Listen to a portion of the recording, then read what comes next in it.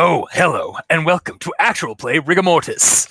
I'm your host and GM, Review Cultist, and here are my victims. I mean, players. The victims are the characters. That's true, yeah. Well, hello, I'm Adam. I'm with Role Playing Exchange. Long time. Well, we've been playing games for quite some time, though, haven't we? Indeed, yeah. Actually, yeah. Good And you have a kid in the background cheering you on as well.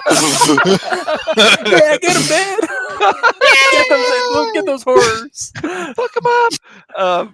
And I will be this evening. I will be playing Marcus Sato. He is a college student of sorts who is also a bit of a psychic, and I have based him off of a song by a metal band called Clutch. So, Okay. Anyway, called Shogun named Marcus. Anyway, it's about a redneck. But here we go. Next on the list, Travis. I've been muted this entire time, of course. It's already started. Yeah, it's Travis. I'm back again. I've come down from my ivory tower to talk video games and play video games and whatever. I'm playing Ellis Murtaug. He's a cam boy. He also goes to college. He is not a good person. I'm writing this boy like he stole him, so he is not planning on being around very long. Just gonna broken toy for your broken home kind of character.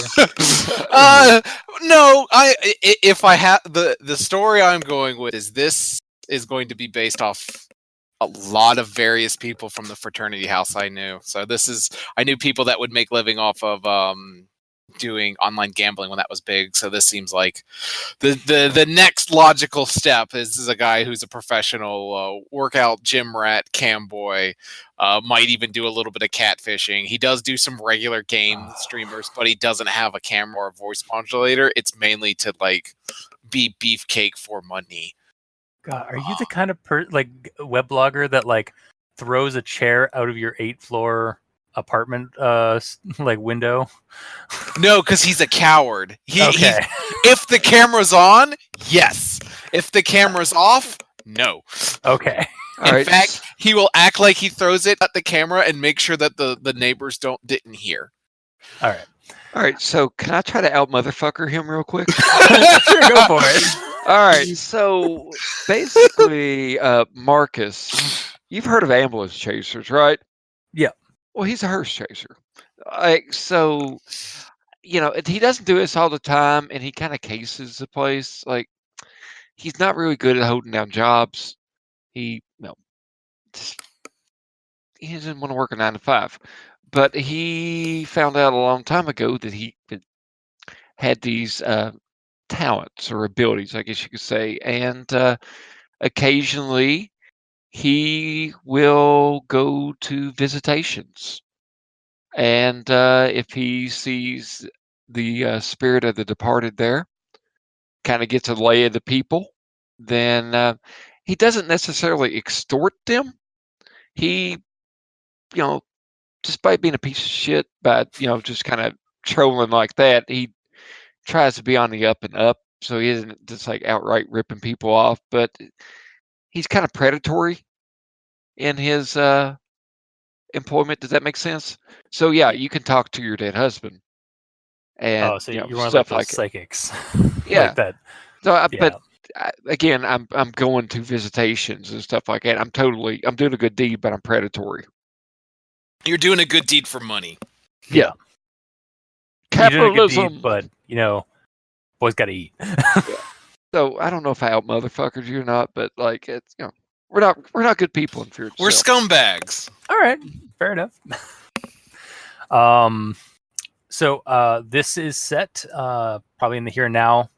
It is in Toronto, or the Six, as it is nice to be fancily named by its populace. It is the weekend, and the winter has dumped another few centimeters of slushy cold snow on the Six. To survive this dreary weather, you guys have decided to hang out at your apartment and generally hang out and maybe even do some takeout or whatever. We're we're also going to do a questionnaire that I'm going to partially homebrew because these questions are not entirely accurate. Okay. Or appropriate. So you guys live on the 8th floor of the 36 Lisgar apartment complex, which I have graciously sent the link to you guys. Mm-hmm. Thankfully, I could find such a nice, elaborate resource on the internet. So why are you in Toronto and in this apartment per se? Like, why did you guys get this apartment? Or how did you guys get this apartment? Or just through your skeevy ways? You know, I had the apartment first, and I didn't ask a lot of questions, and he didn't ask a lot of questions. So I made a nice little bang of like a bunch of money when I first started doing this stuff. And I'm passing it off as I'm a trust fund kid that my grandmother's taking care of. Okay. So, I mean, Grandma Sato. Grandma Sato, and with my accent, my Grandma Sato. But yeah, so he didn't ask many questions, and yeah, so that's at least how I got him. Like, what's your take on this? Travis? Muted? I'm so good at this. Yeah, I'd assume this like also one of these like, hey, who wants a place to live? You found Found Kijiji. it. Yeah, you went on Kijiji and somebody This was works offering out that. great. Yeah. It helps with the show that I am this wealthy buff dude, you know, lives in the city. The place that we look, you can actually see the river. You know, it's actually like 20-30 minutes from school, so he can just drive there when he needs to. Yeah. Yeah, because the University of Toronto downtown. Yeah, you guys probably like within easy, like nobody down in the downtown core area like drives if they can help it, or if really just out of cost, so they just walk or bike. Shit, I just finally clicked the link. I'm doing good for myself. We are right next to a U-Haul neighborhood dealer and a medical center for addiction and mental health. We are preying on some people if we are huge monsters. So, do I know what you do for a living? Oh yeah. I say that you think that I'm passing everything I do off to you as kind of party tricks and Cold reading. code reading bullshit and stuff like that. I haven't seen anybody trying to contact you, and yeah, so you just think I'm a con artist and a rich kid. Yeah, some asshole psychology major that's, you know, stealing money out of people, chasing ambulances, but you know, gotta do the hustle. Gotta make that money. Nice. Okay, so Marcus, with the gift that you seem to have developed, what is something weird around town, in or around town, that you've been experiencing in the last few days? All right, so the weird thing is, I have. I mean, they're not just walking the street and stuff like that, but you know, I see ghosts fairly often, but I haven't lately. Ooh, so they've been like, your usual, like the usual haunts Yeah. that you like know in like the neighborhood have been vacant. Mm-hmm. Now I haven't went really since the weather's kind of shitty, and I, you know, at least have a small enough little nest egg that rent's covered for, well, at least my portion of the rent's covered for the next couple of months. I haven't been out really hustling, but yeah. So, you know, there's, you know, apartments like this, sometimes people die in the building, and I see the residue, I guess you could say, of those, but now I don't. And I'm Gotcha. starting to actually get a little nervous that I've lost my ability and my meal ticket. And it's a kind of a relief in a way too. It's kind of a, I don't know. It's a silver lining, I guess you could say. All right. Another question for both of you. What are your plans tonight? Because you guys are staying in, and like, what kind of activities you guys planning on doing, and what kind of takeout are you guys planning on getting? I'll defer to you, Travis. He's considering doing a game stream with his alter ego.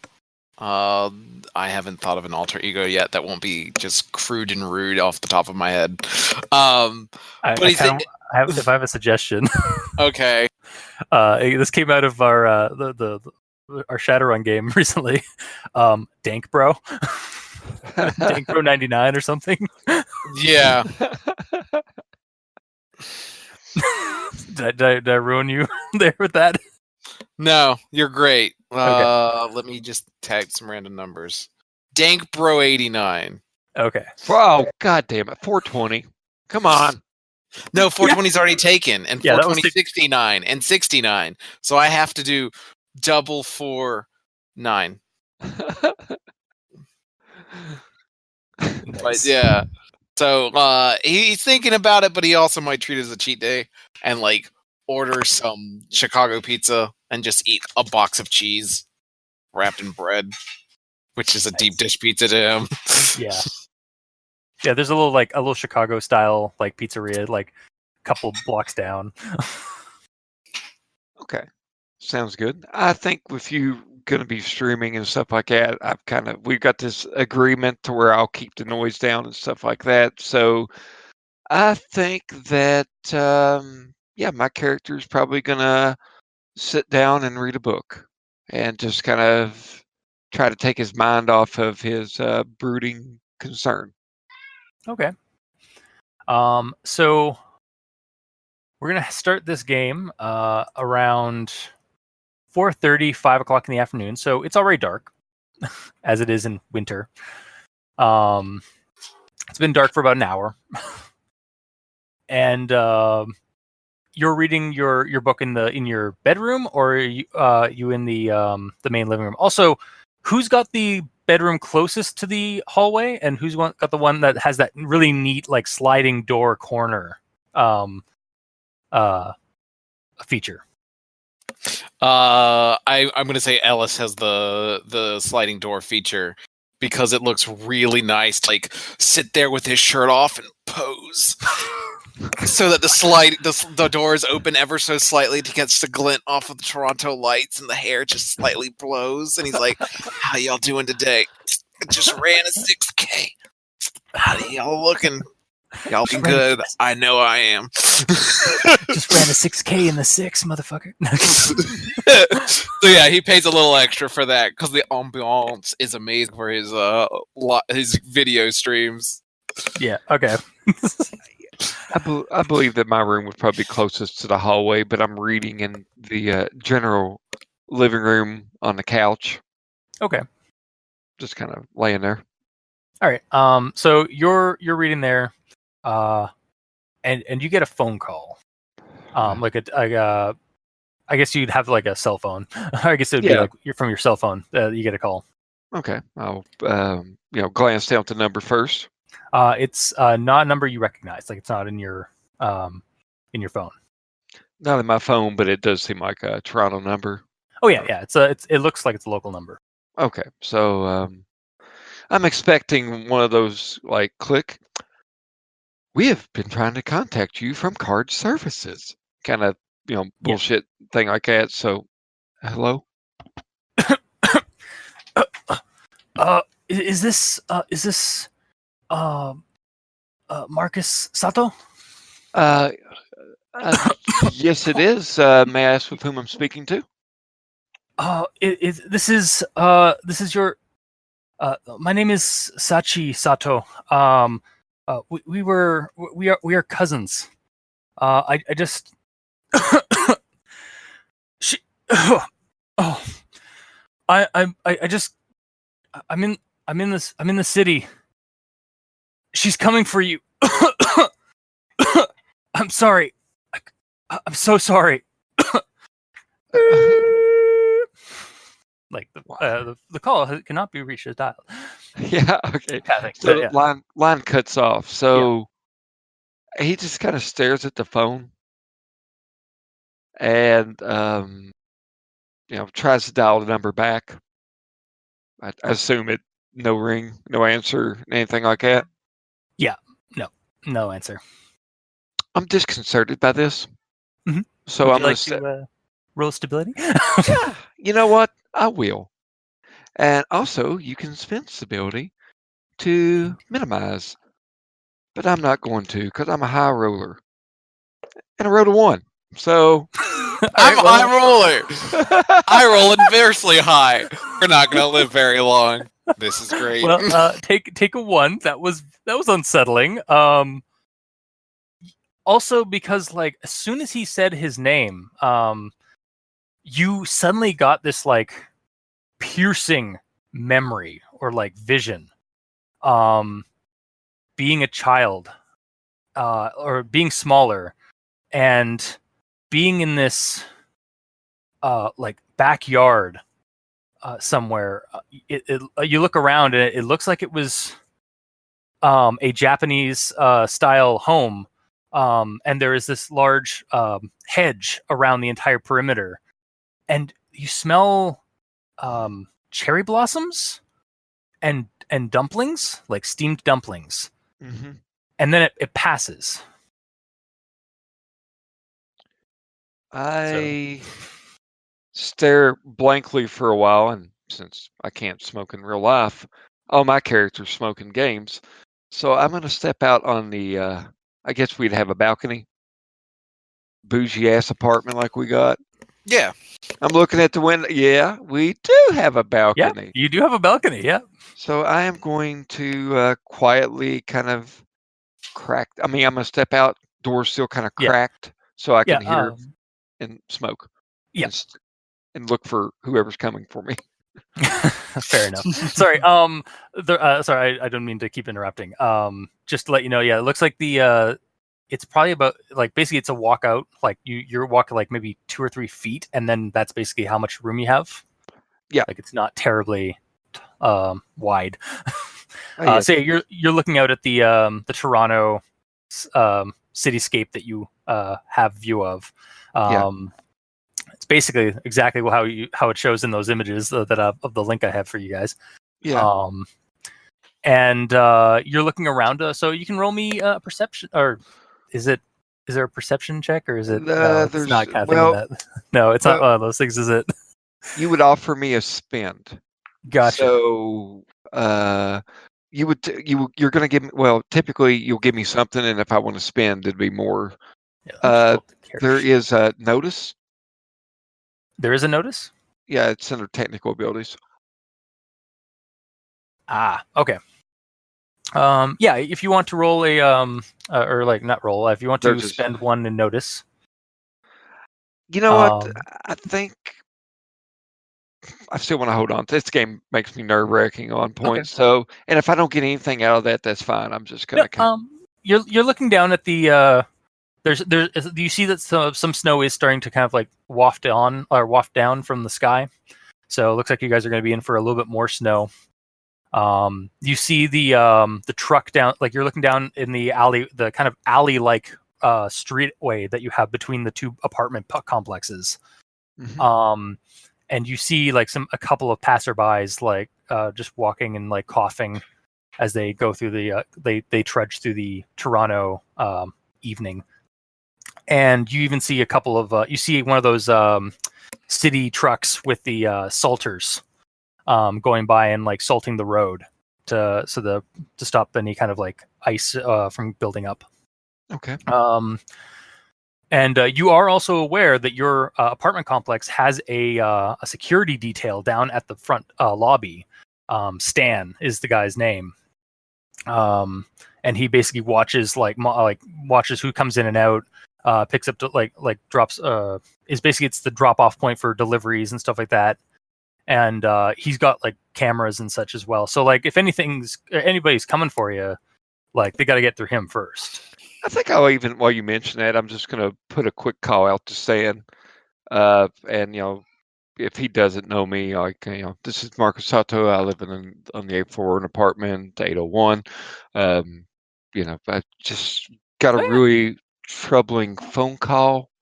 Said somebody was coming for me. So, do you want me to call do we need to call the police, or is this some kind of is this like a life, like is this some kind of like threat on your life kind of thing? I'd hate to make a big deal out of nothing, but no, I don't think we need to call the police. It's just, I don't know, I just got a really troubling call. So, would you call me if anyone comes to check on me and tell them I'm not here when they ask about me, kind of thing? Yeah, sure, no worries. All right. Yeah, you have a good night, and I'll let you know if anything comes up. All right, thank you, sir. Yeah, no worries. So, putting the cigarette out, closing it, like there's like a little flower pot there that's just filled with cigarette butts, and I'm just gonna make my way back in the house and try to put it behind me. All right. What are you doing to kind of leave? Or actually, I guess as you kind of walk in, Ellis, how's it going? It's great. So dank. It's not dank, bro. It's dankness because it's a Kazuni AI style avatar of an anime girl with a voice modulator to make them sound female.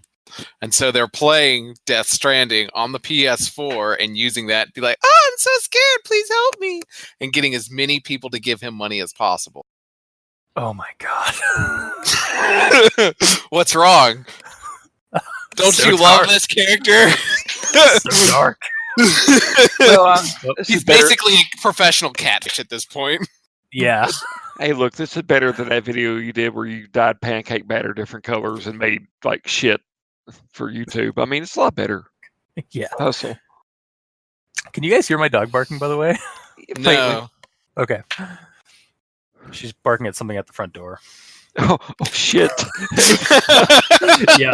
Crazon hoist himself. Just become the hunted. Oh god. That's why I ran horror games to get rid of the fears I have to build in myself.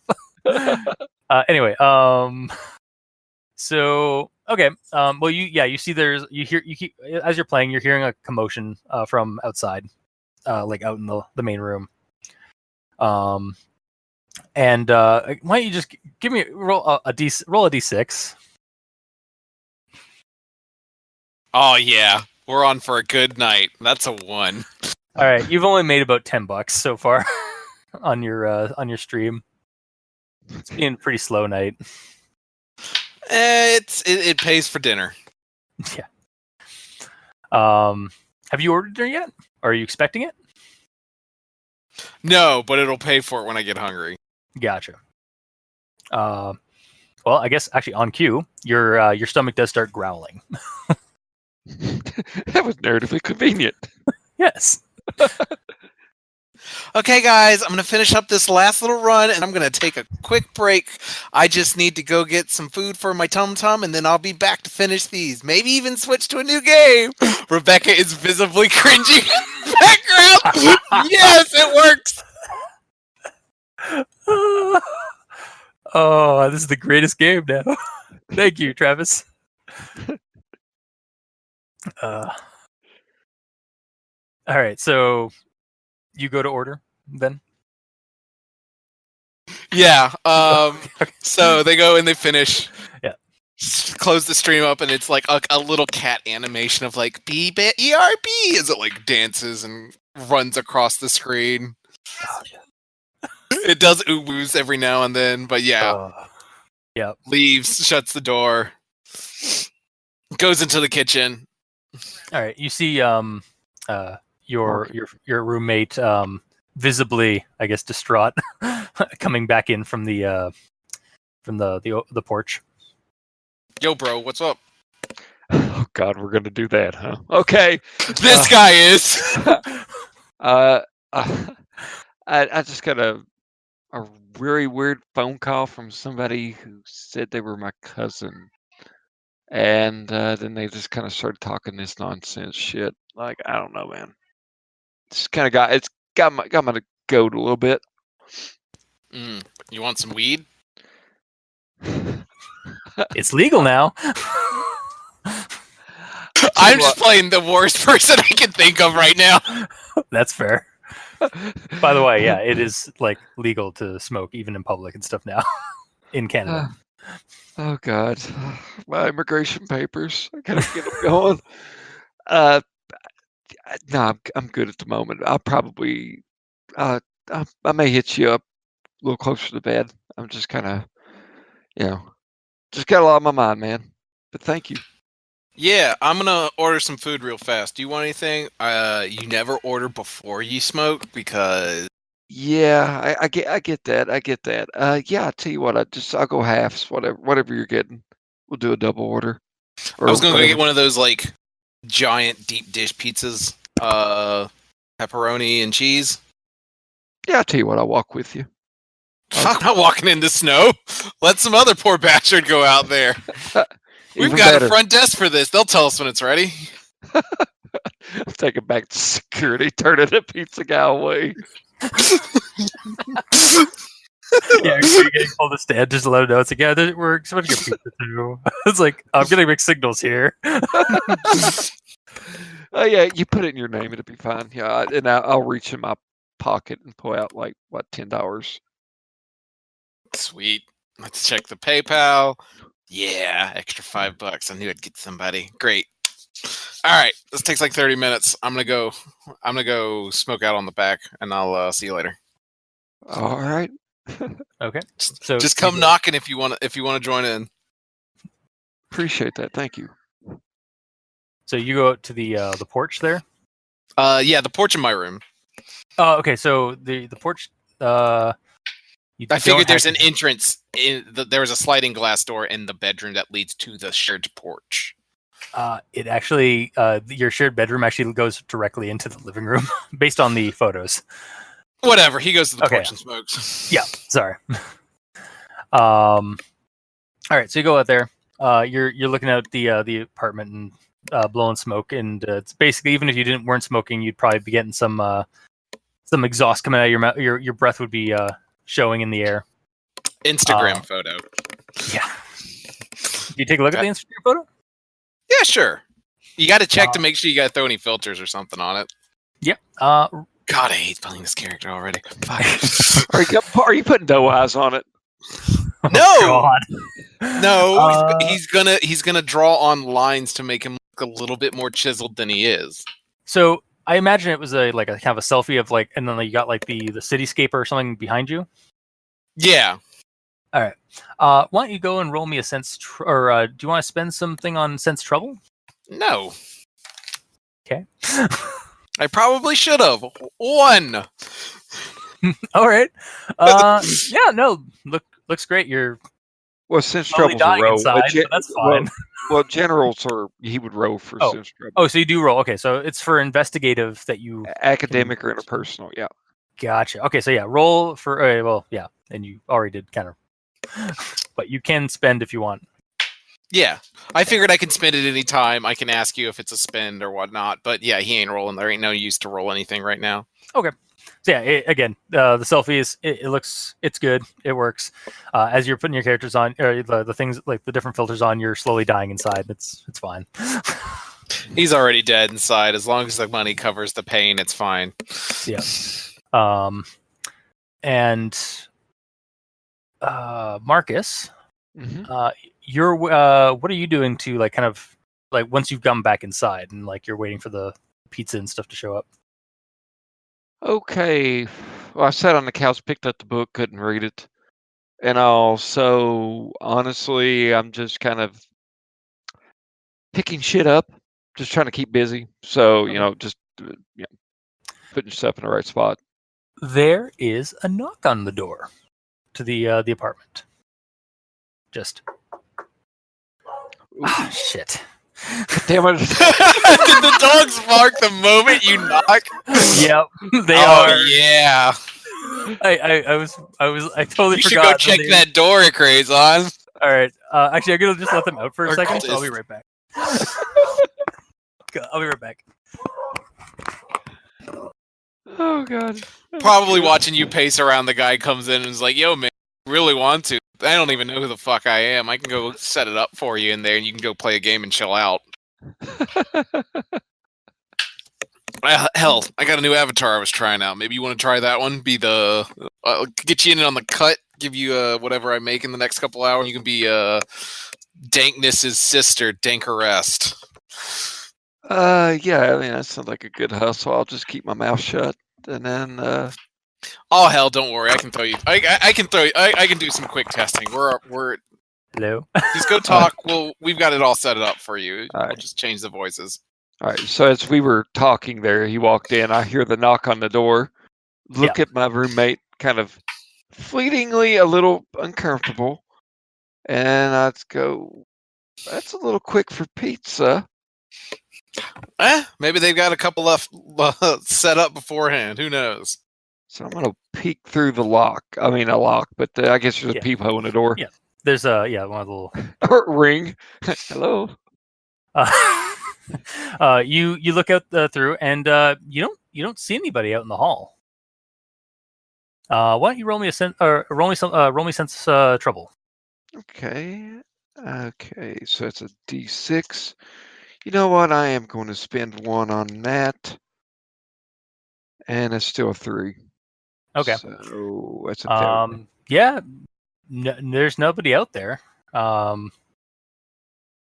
Like maybe some asshole was like just like ding dong and dash, like just knocking on the doors of other people's apartments and just running.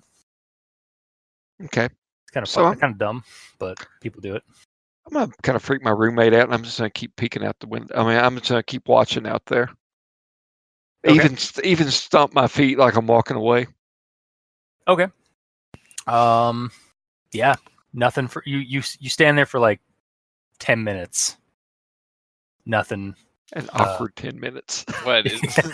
Yeah. What's Ellis doing in that 10 minutes? Like just watching his roommate like paranoidly looking through the door. After about like 5 minutes, he'll walk up and like check out with him. It's like, yo, is there like some Bell South girl out there or something? What you doing? Why'd you walk away? Kind of like slightly move the head to check out and see there's nothing. Okay. You can roll me a sense of trouble. That's a 3. Okay. Yeah. No. There's nothing out there. We're just gonna be like, you need to sense trouble. No, we're gonna make it through this entire thing without sensing any trouble, even when the fucker is there to stab us in the throat with like scissors and knives and hair. Nope, no trouble whatsoever. Just a lost, crazy, weird girl. So you guys are. Yeah. So sorry. Continue. I was like, yeah, I don't know, man. And then I'll eventually kind of stand up and walk away. This thing just got the best of me. That's why I wasn't going to smoke. I get paranoid. I'm paranoid as it already is. And then, I'm just going to kind of actually start walking back outside to smoke again because I smoke when I'm nervous. Okay. So you're going out to the porch. Yeah. The hotbed of activity. Yes. Do you want to spend a point of notice? Fuck it, yeah, or I'll never see shit. I'll spend my point. You see, it looks like there's something catches your eye as you're just standing out there, like again, taking another drag. There's this like really bright orange sun hat on a person on like across the way, like on another one of the on the other apartments complex. You're not, but like they're really dark, like they're really like they're in shadow, but like they're like their sun hat is really vibrant. As I'm smoking, I kind of take a step back and I wrap my knuckles on the glass to get Ellis's attention. You start smelling cherry blossoms. I make a point to exhale smoke in my face so I smell cigarettes. I reject your reality. Cherry blossoms. The smoke smells like cherry blossoms. Ellis will come and slide it open. Yo, you see the pizza guy? As I kind of turn, I look. I put smoke in his face. Yeah. Like, does this smell like cherry blossoms? It smells like acrid tobacco. Oh, it smells like fucking cigarettes, dude. Are you sure you didn't smoke anything? No, go get your camera. Get the one you got with a zoom. Yeah. All right. Do you turn back around to see the person? I never stopped looking. Oh, you never stopped looking. Okay. Well, actually, I guess I did if I blew smoke in his face. Yeah. Yeah. So I turned. You turn around, they're not there. You scan every porch or every balcony on that side of the building. You can't find her again. I'm going to fuck it. Never mind. And then I tell you what. Mhm. Who would I call? Well, yeah, I got family in Toronto. You have your grandma. Oh, your grandma's in Tokyo in Japan. But yeah, I'll say your parents are like live in the area. Okay, so yeah, I'll go ahead and call them and ask and start talking to them about my cousin, whatever his name was. I done forgot. I'm sorry. It's his name. He went by Sato. Sachi. Okay. Yeah. So you call your dad picks up. Okay. Hello. Hey, Dad, do I got a cousin named Sachi? Yeah. Yeah. From Shinjuku. Why? He said he called and said he was in town and that he's sorry she's coming. Okay, you can roll. I'm not sure if this would be a bullshit detector spend or just sense trouble. Are you saying this out loud and in English? Because you're getting a snicker from Ellis and be like, "Good on you, Shinji," or whatever the fuck his name is. I wasn't paying attention. Wow, Marcus. Marcus, yeah. Yeah, I have an English first name. So you tell me, like, spend or roll is basically what you're telling. Like, sense trouble or. So you can either roll sense trouble or you can spend one from bullshit detector. I tell you what, like, it seems like bullshit detector would be better if like my dad's getting ready to lie to me or something like that. So yeah. So I'll spend the one. Yep. I'm sure it's nothing, son. Dad, I smell cherry blossoms. Oh my god. She's here. Yeah. How did she get here? Son, don't leave your apartment. Lock the doors, close the blinds. Whatever you do, do not look at her. And then he hangs up. Well, you see me, Ellis sees me put my phone away, walk over and pull blinds and lock doors, and you start seeing me go into lockdown mode. You know it's legal here. You don't have to go into lockdown mode anymore. But if it makes you feel bad, like, I'll go put some towels stuff under the door and stuff. Just don't open the door, man. Just don't open the door. Dad's freaked out. And you get a knock on the porch door as you close the blinds. Oh god, I roast stability on that. How's Ellis reacted to that too? He's like, "Who the fuck is that? Are they doing drone delivery now? What the hell?" Roll to 5. Roll to 5. Yeah. All right. Yeah, you passed. So no stability loss. That's it. Maybe it's hailing outside or something. Maybe the wind's picked up something and tapped something on the door. It's got to be it. You're 8 floors up. Yeah. Yeah, go into my room. Okay. Out of sight, out of mind. Fair enough. So walk over to the blinds and click it open to see what's outside. Nothing. Fucking birds. Yep. How long? Okay, so I'll say about 5 minutes goes by, and you guys get another knock at the door. I'm not coming out of my the door room. into the hallway at this point. I'll go check the peephole. Okay. Roll sense trouble. Oh, 5. 5. It looks like somebody's hiding like just off to the side. Oh, for fuck's sake. Like All right. you just see like a dark, like kind of like just a shadow cast on like the light a little bit.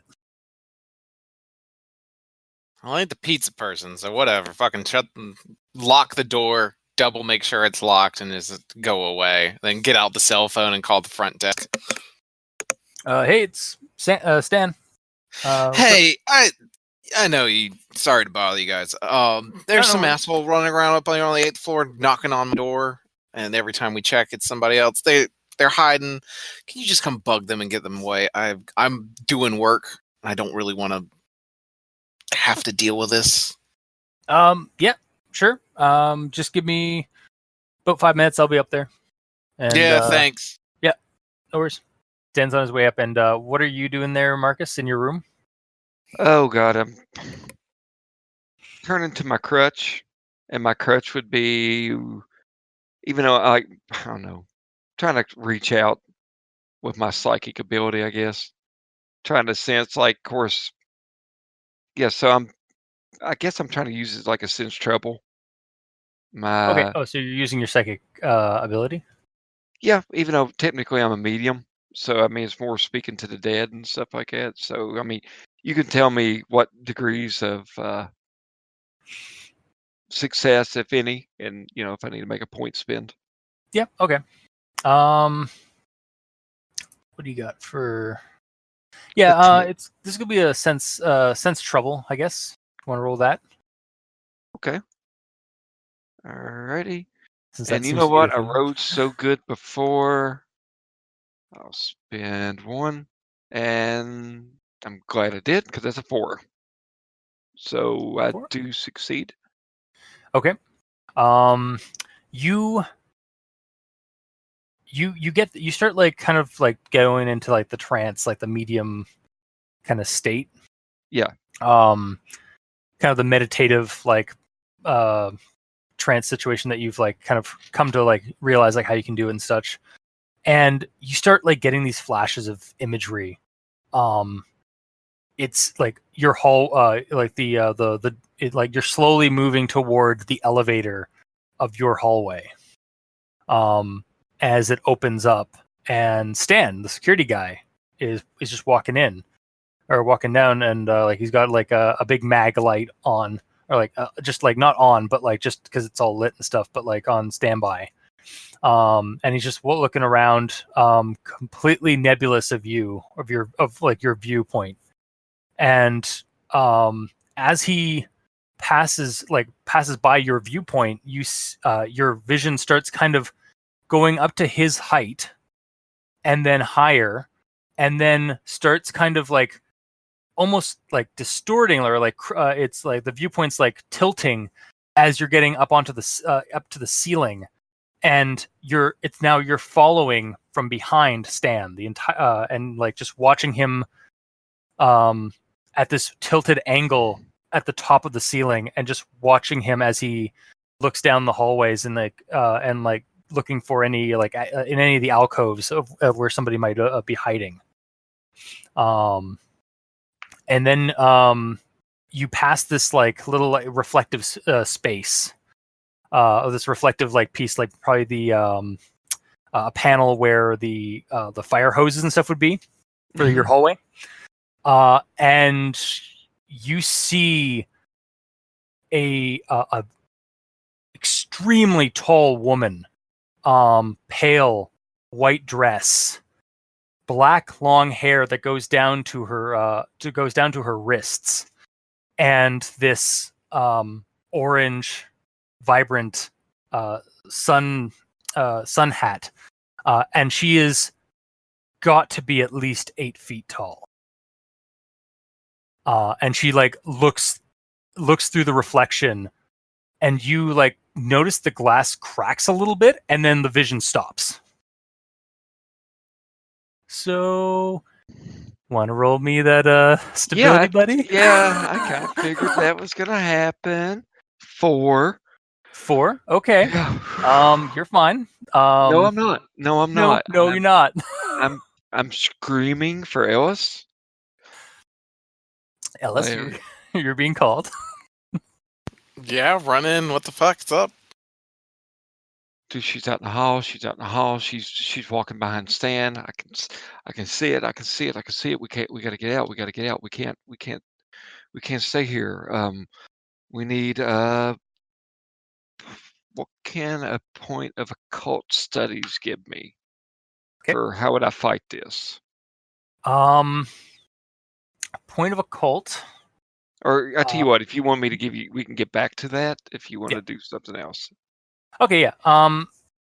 Ellis, you're in the you're at the can we just say you're at the kitchen area? Okay.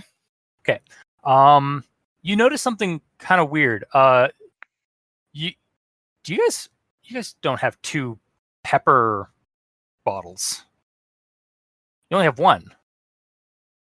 Why are there 2? And then you go to inspect those the two little like pepper shakers.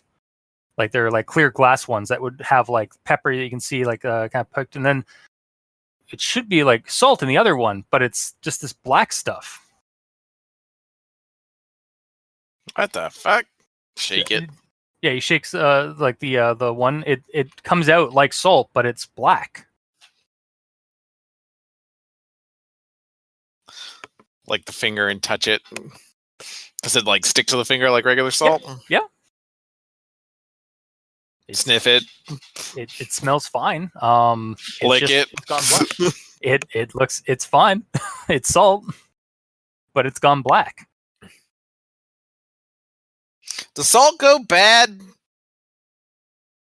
And that's when you hear the screaming. Where is the screaming? No, right. From Marcus. I guess it does.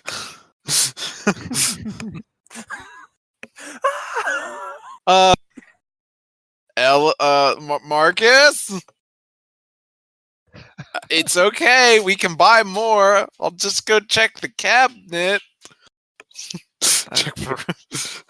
All right, so you go to check to see like your other I guess your other container of salt and stuff. Yeah, my Morton salt container. Yes. You start pouring out some. Well, yeah, unscrew the lid of the salt container, like get a little Dixie cup, pour it in there. Cause I don't think the salt's bad, but we'll see. And open up the Mortons, start pouring it into the container. Yeah.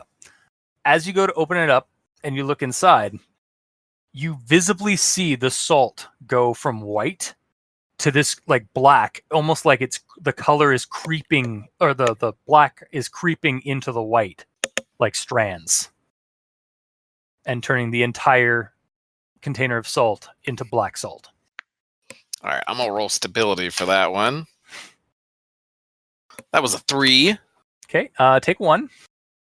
What the fuck? Yeah. 1 second. Stability, take 1.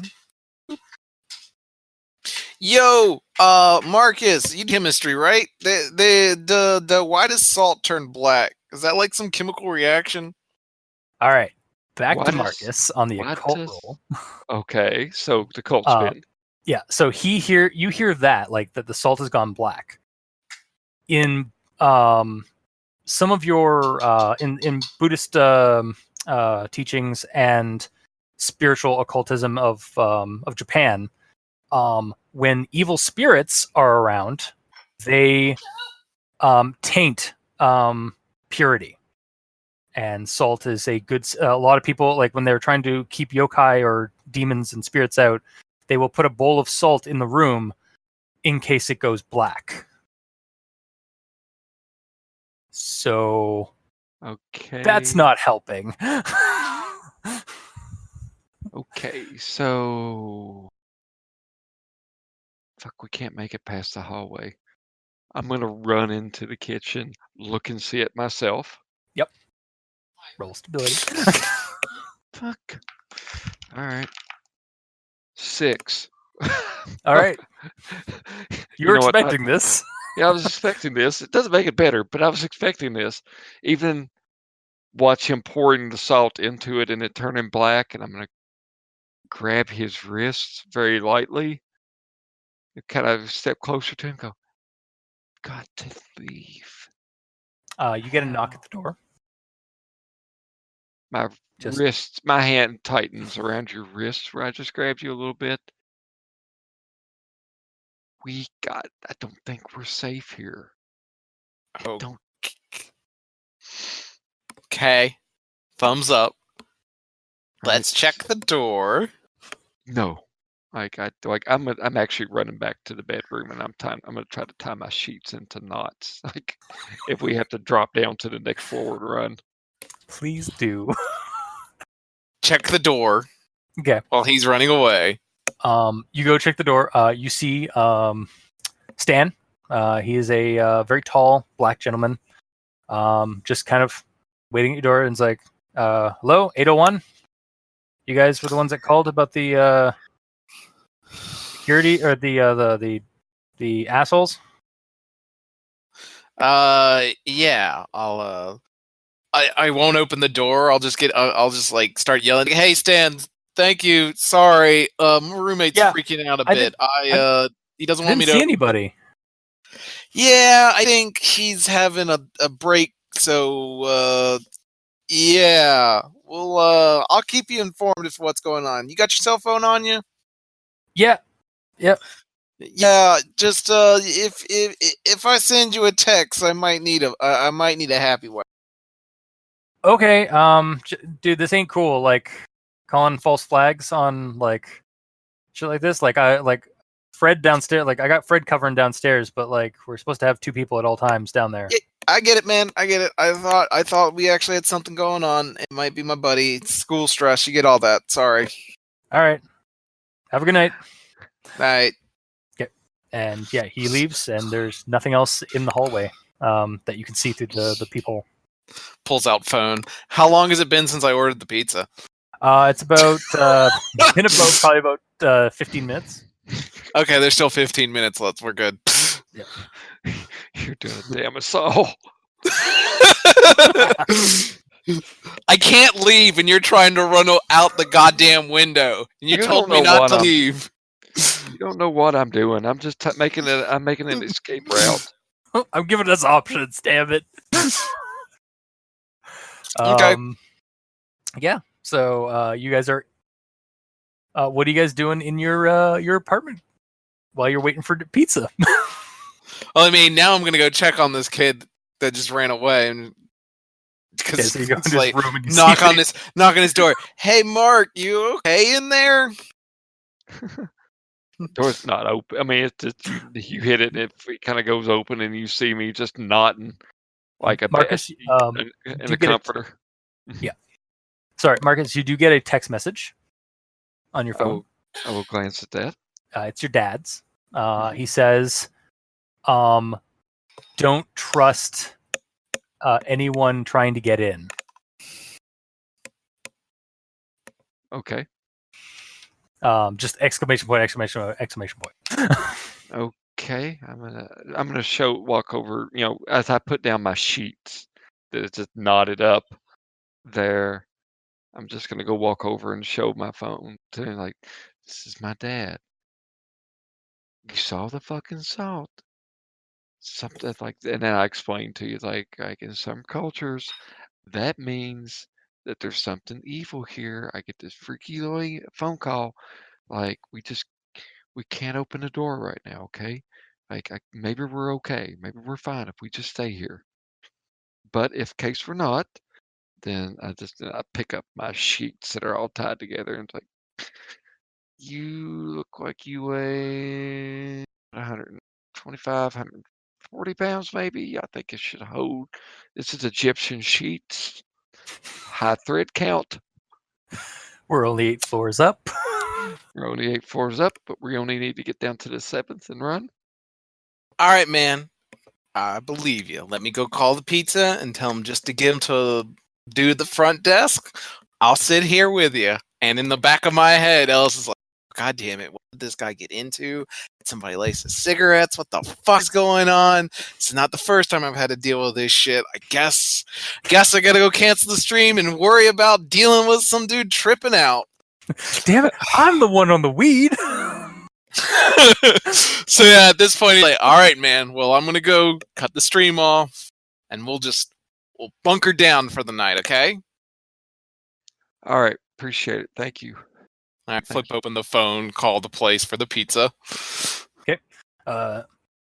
Hello, this is Walken's Chicago Pizza. How can I help you? Hey, I placed an order for a deep dish cheese and pepperoni like 15 minutes ago. Don't cancel it.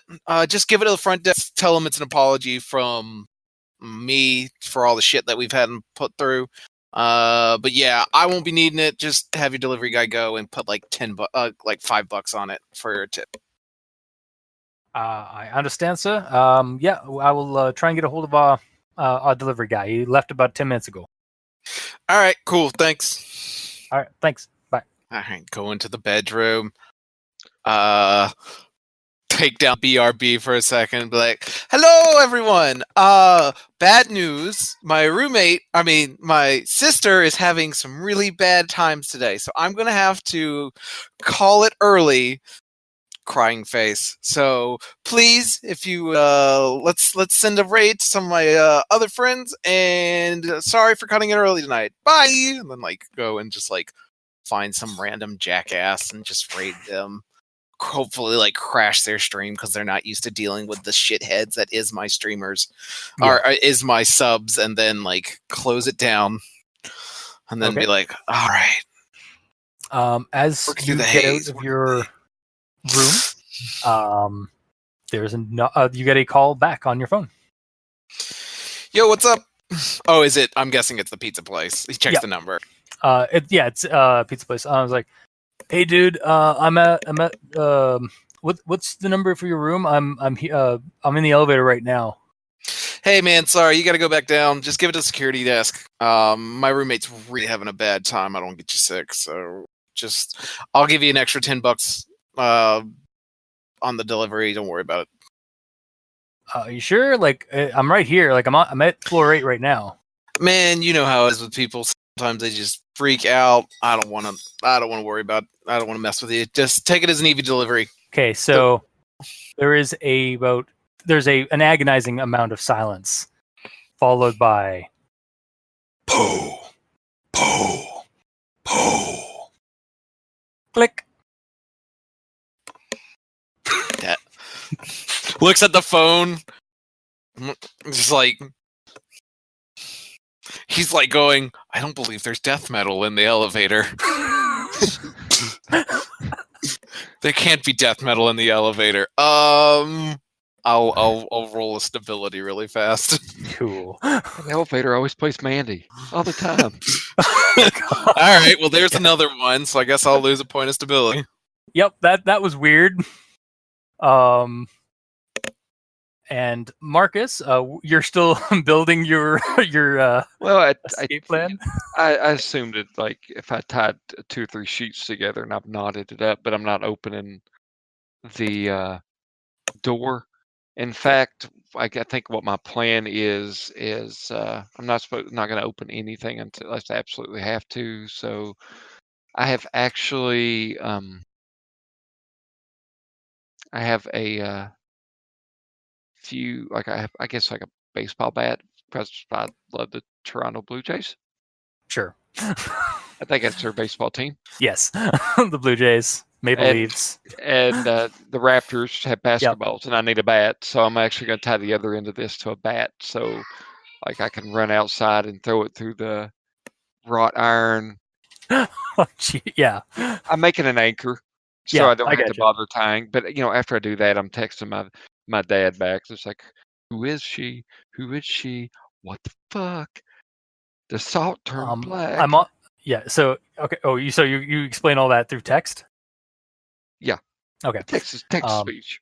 Yeah. A few minutes go by. Hey, ask him what po po po means too. Just screaming on the other side as he's walking through it, like walking. Po question mark. You get a text message back. It's like, don't open the doors. I'm on my way. We're on our way. Just don't reply to anybody. Like, don't open the door for anybody. Don't fall for her tricks. Like that's like exclamation points all over the place. I'm so sorry, son. I'll explain when I get there. And then that's when you start hearing banging on your door. Like, not just knocking, just like something is smashing at your door. Mm, I guess I should go check that, huh? no. I'm not going to open it, clearly.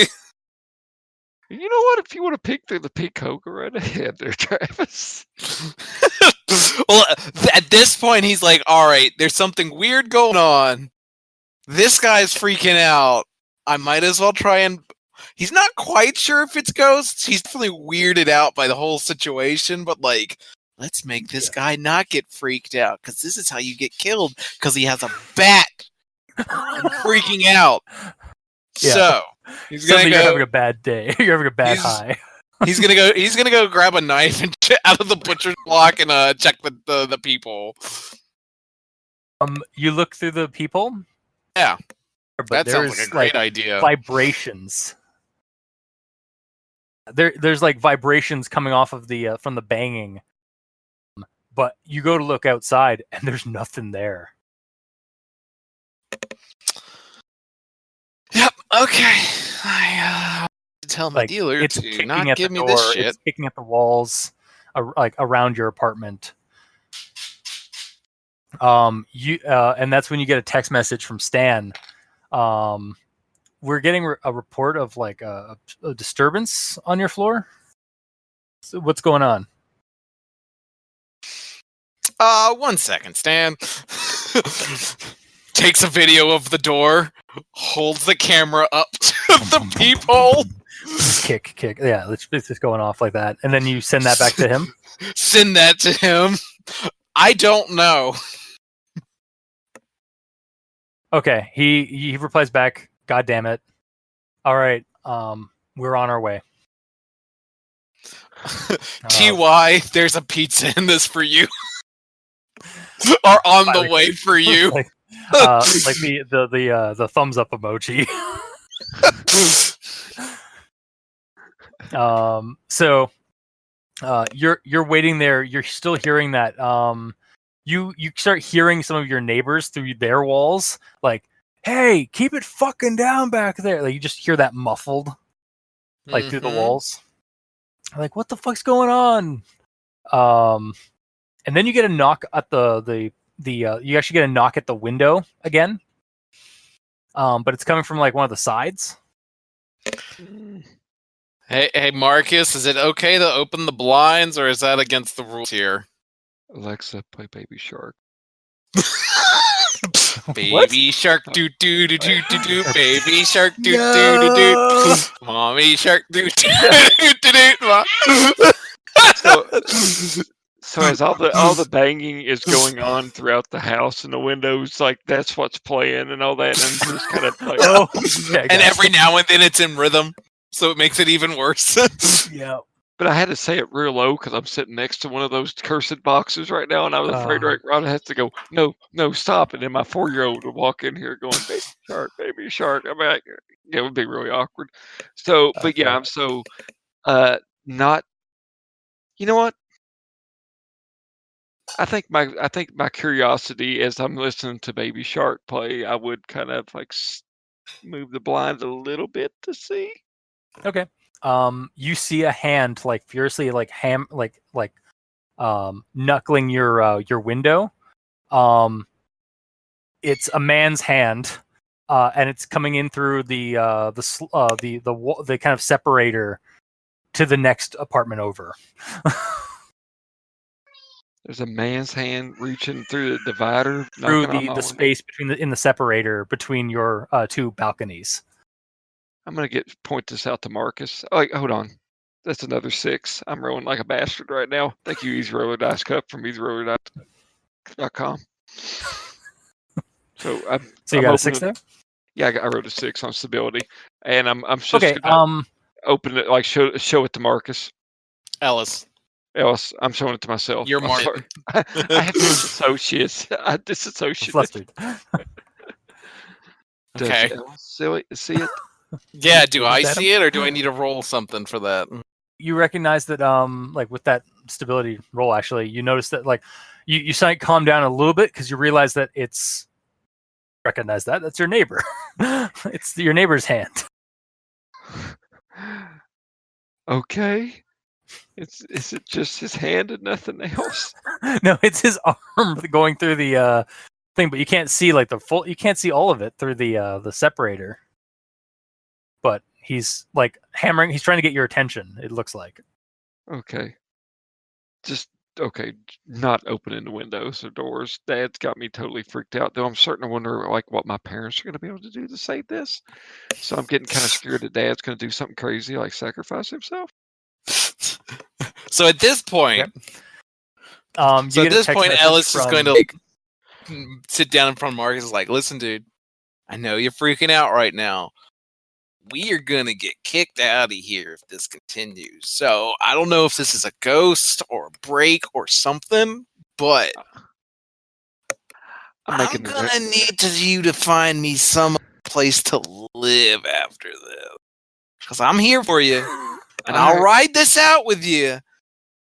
We ain't getting our security deposit out if they kick us out. I live this close to the edge doing this shit. Now, I ain't saying I don't like living here, and I ain't saying I can't live in some trap house. And I'll ride this out with you. But I just want you to understand, we ain't ever going to live in a nice place like this as long as we in college. So, put my hand on his shoulder and I say, bro. And that's all I say. All right, man. It won't be the first place I've kicked out of. It won't be the last. He's like, okay, well, it's time for the long haul. Go and like opens the fridge and grabs a beer. So lighting a cigarette up, not walking outside, and I'm going to make an international phone call to Mama. To Grandma Sato. Yep. Hey! Don't smoke in the house. Fire alarms. Put it in the oven. They got vents for it there. Okay, I stand by the hood and turn on the exhaust fan. Cut on the exhaust fan. Listen, he's a good friend. He's just a piece of shit. So you call long distance to I almost want to say Mima Sato. And you get konnichiwa, and then Japanese. Do you speak Japanese? Like, are you actually a Japanese speaker in the game? Like, I would assume so if I remember cherry blossoms and all that. I think that it's not. I'm not especially fluent. I mean, I'm functional. Gotcha. Are you first or second generation? I would say I'm second gen. It would probably still be the home language, so I'd say you are native. But I know a first and second. So if you're second generation, I'd say you are native speaker, but English is your main, but you can converse just fine Japanese. Okay, I'll go with that. Okay. Yeah, in Japanese, a woman's voice basically is like, hello, Sato residence. Yes, this is obviously in Japanese, this is Marcus Sato. I need to speak with my grandmother.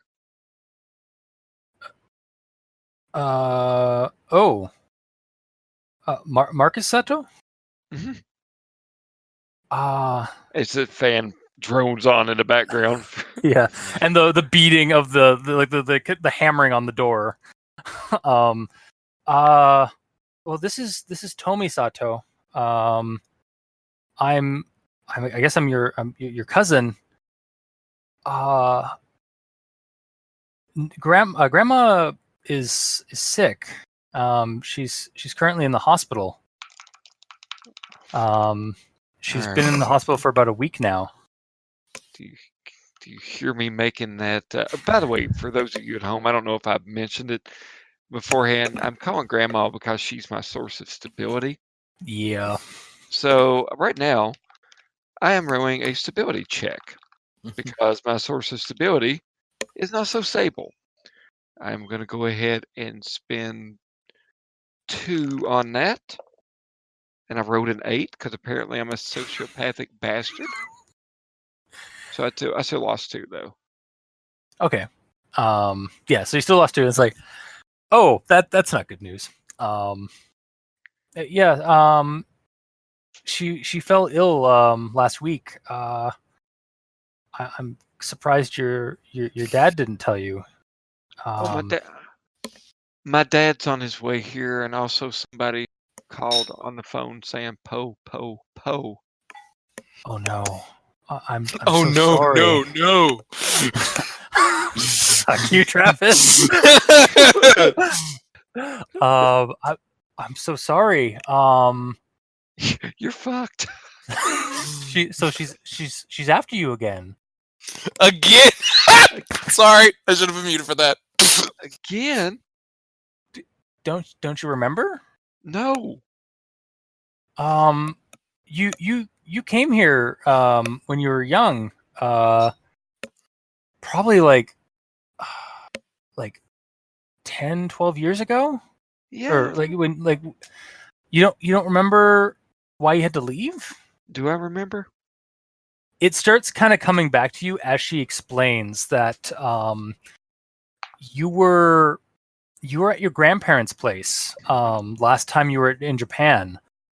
They lived out in the country, and when you were in their backyard, you just playing, you saw this vibrant sun hat beyond the hedges, which were 8 feet tall.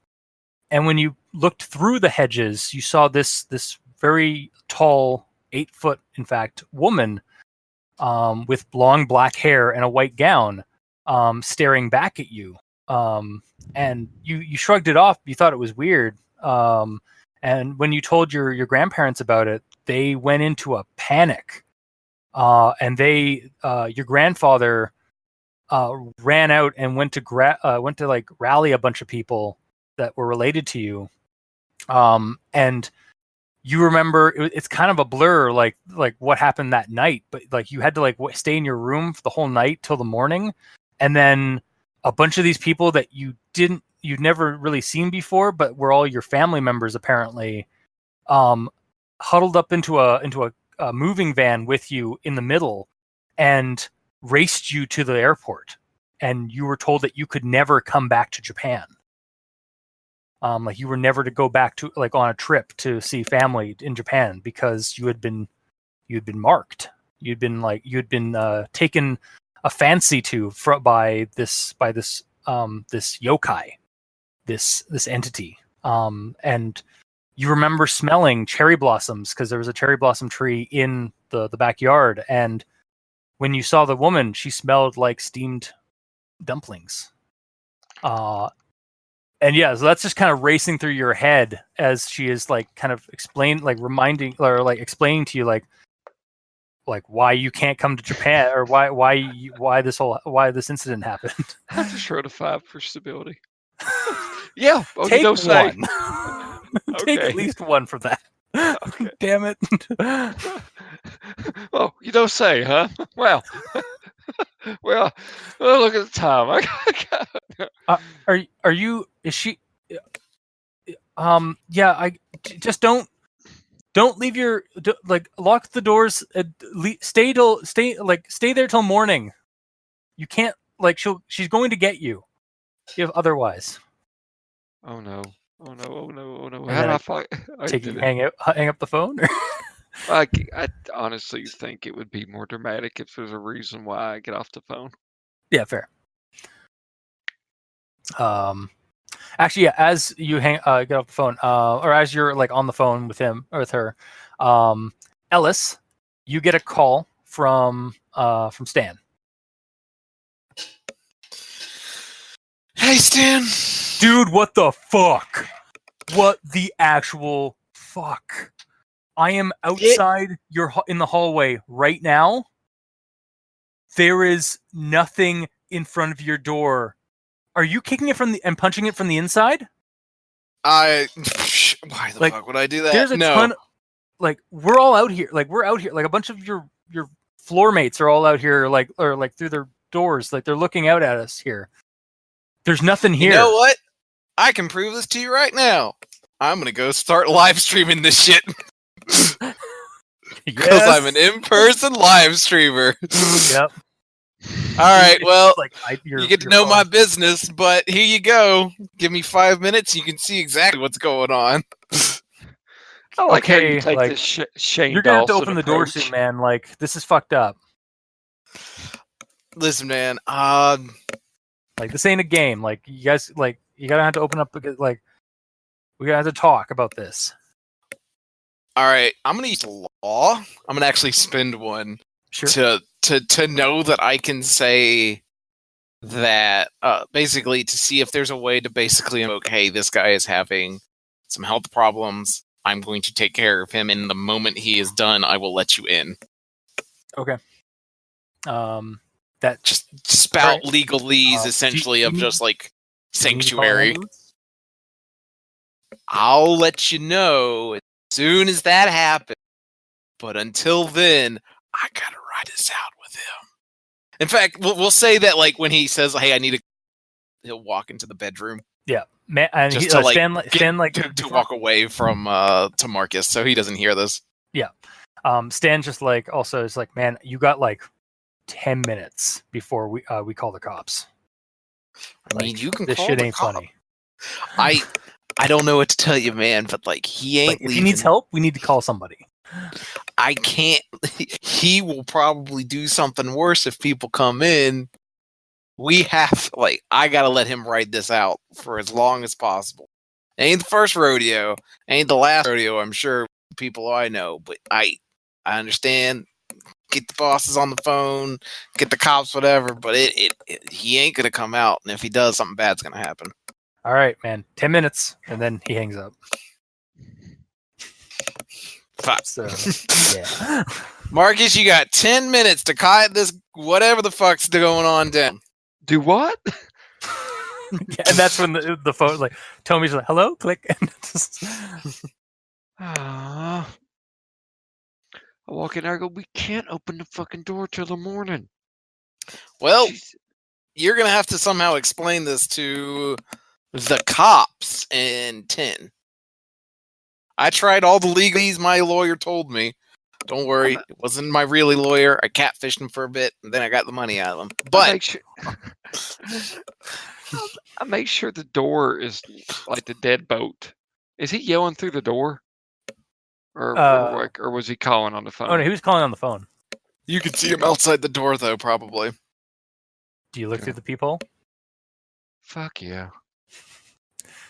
You see, through the peephole, staring back at you through the peephole, a woman's bloodshot eye, as she is just hammering with these 2 fucking long limbs. She's kicking the door with extended limbs, and she's punching it, and just her entire time though, she's just deadpan staring at you with a corpse mask. 5? Yeah. Okay. This is the best night of my rolling in my life. I would tell you if I was fucking up. But it's yeah, it's a yokai. Yeah. And you hear her as soon as you look through the people, you hear po, po, po. I'm just gonna step away and go, do you see that? And I'm pointing at the maniacally, not maniacally, but very unhinged, pointing at the Pico, like that bitch is out there. Do you look through the peephole. Okay. Again, you're seeing nothing outside of you see your neighbor across the way, he's poking his head out, just kind of what the fuck's going on? He looks kind of panicked, but just because he's seeing this, like something's kicking and punching at your door, but you're not seeing who's doing it. And you see Stan off to the side as well, just kind of like looking away, like turned away from you guys, just kind of like shaking his head, just like. All right. Well, I don't see it, man, but that doesn't. I see it. Excuse me. I see it now. I'm gonna set my camera here so we can record what's happening, and we'll even put a chair in front of it. But you know what's going on now. It sounds like. Oh yeah, I've been cursed by yokai from the old country, and it's followed me here to Canada. Story Well, that's really great. does Let's go use the computer to figure out how to keep you safe and let the people come in and see what's going on. I know you ain't supposed to open the door. You keep telling me that, but that door's going to have to open here eventually. Maybe even if your family comes. They can't get in if that door's shut. So, let's go figure out a way to keep you safe in 10 minutes. I know what would keep me from opening that door. If I were standing here butt naked.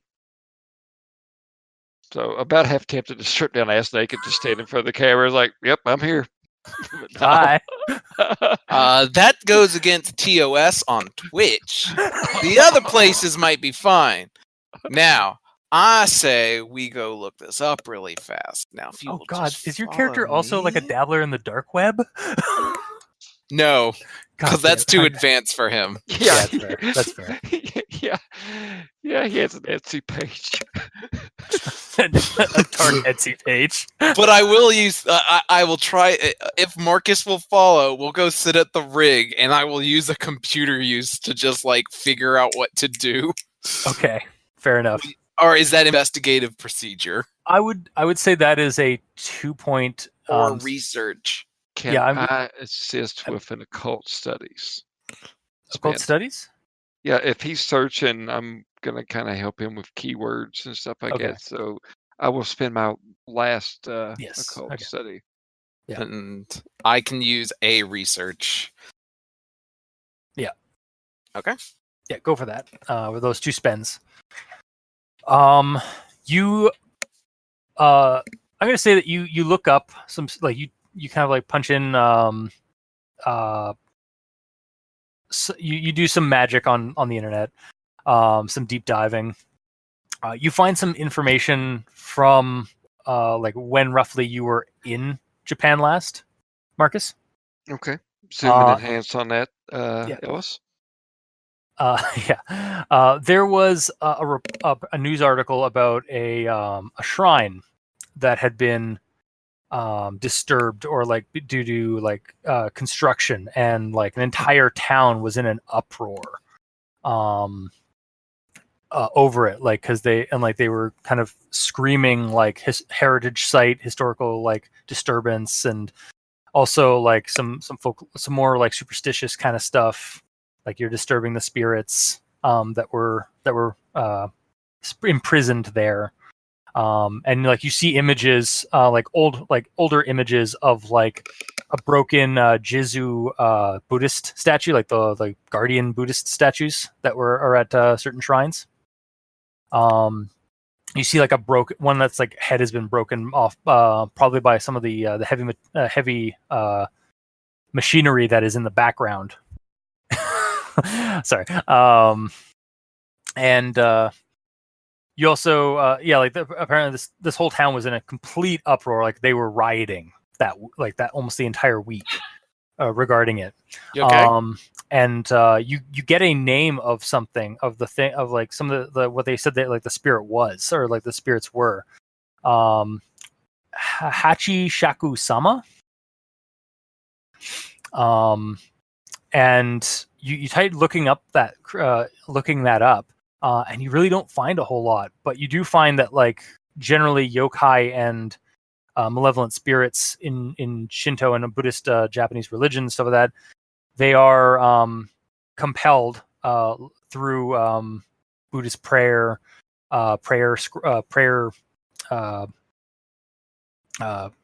notes, and you use salt as a kind of a first line of defense, because in order to get into your space, they need to corrupt the pure, like the most pure thing. So basically, the salt turning black is not only an indicator, but it's also kind of like the first like layer of defense against them. Shit. And then also like make sure like all the doors are closed and locked, and don't listen to anything that because they often try to use familial voices and trickery to get you to open the door. They can't do it themselves, but you can open the door. And then opening that door, yeah, you're fucked. Yeah. Is what you're getting, Marcus. Okay, so I'm gonna have to start trying to do some prayer things. Some prayer. All right, buddy. So I'm gonna say this took like 5 minutes of quick research. I got good internet. All right, buddy. I'm gonna take you to the bathroom. We're gonna sit you in the bathroom in the tub. We'll put a little salt ring around it or whatever you want.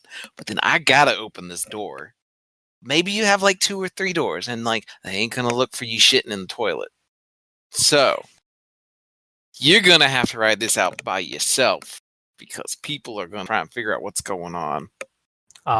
With what salt are you going to use? Because all your salt's black.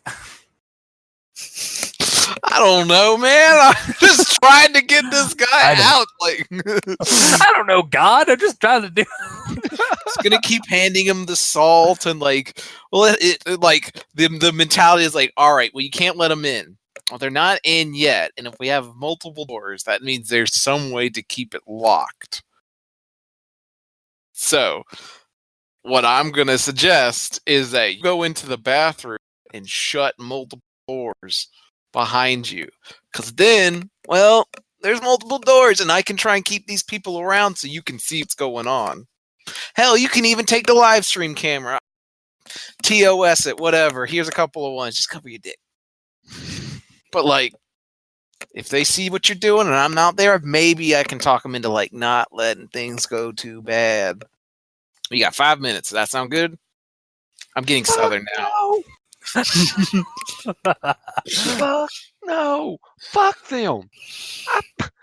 My goddamn name's on this lease. They can kiss my ass. Well, when they kick open the door, I would at least like you to be safe and you don't like whatever the hell this thing does to you, if that's what you think is going to happen. He's thinking like, all right, the door's going to open. He's going to think it. He's going to have an aneurysm and die on the fucking ground. Then I'm going to find a new place because I cannot afford this place by myself. Son of a bitch. I have to get at least 2 jobs to afford this place and have no money otherwise. Oh God. Like, no, they'll be okay. Like, just don't open the door. I look at what time is it? I glance at my watch. It's like 7 or 8 in the evening at this point. I roll my eyes dramatically. We got 12 hours. Is the window outside like open, or like is the blinds like, are they like still closed, or are they even like? I say we left it open. Okay. Narratively, it sounds like something bad.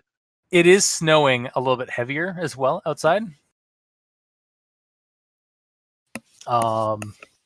And about that time, the hammering on the door stops. All right, so I'm just like, I assume the conversation's over since I've said I'm not doing whatever. Yeah. And I'm going to, I have some post-it notes.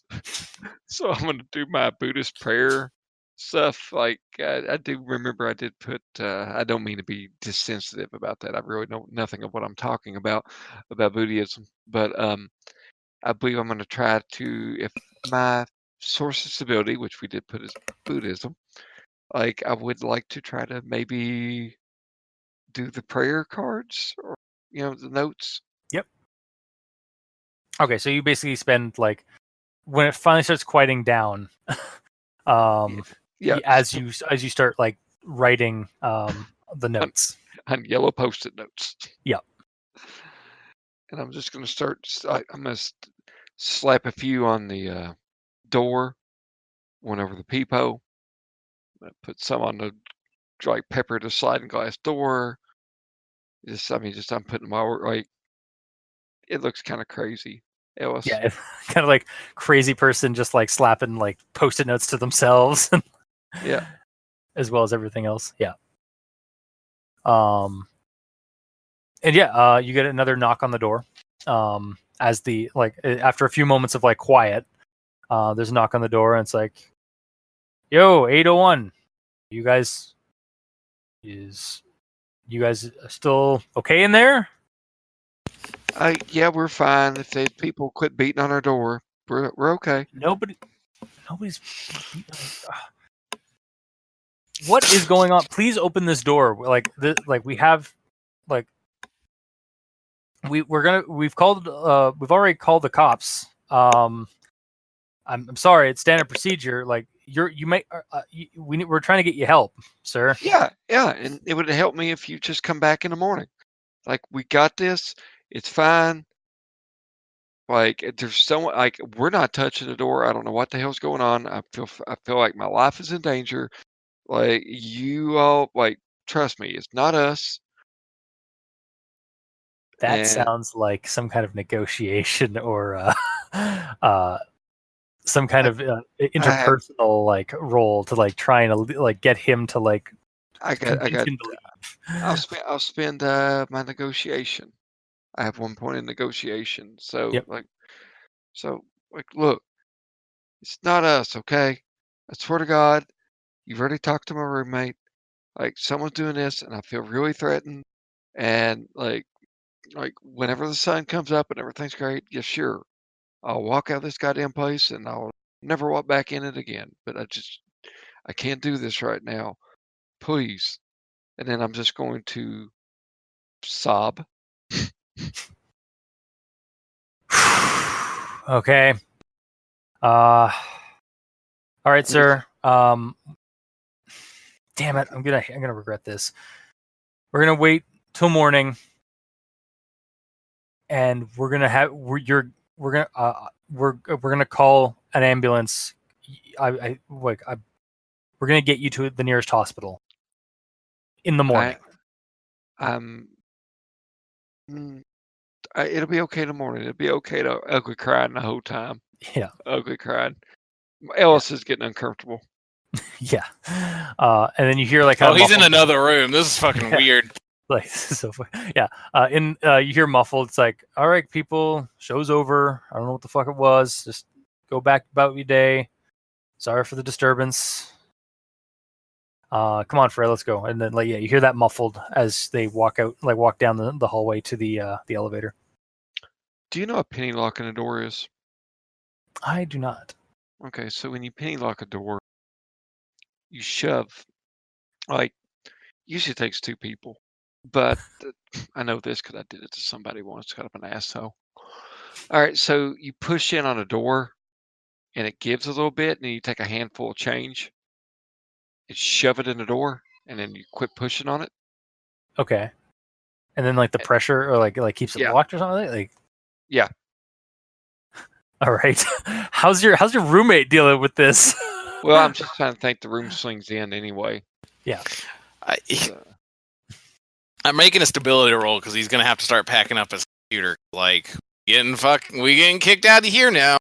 So I'm trying to convince my roommate to help push on the door while I am digging through my collection of Canadian pennies.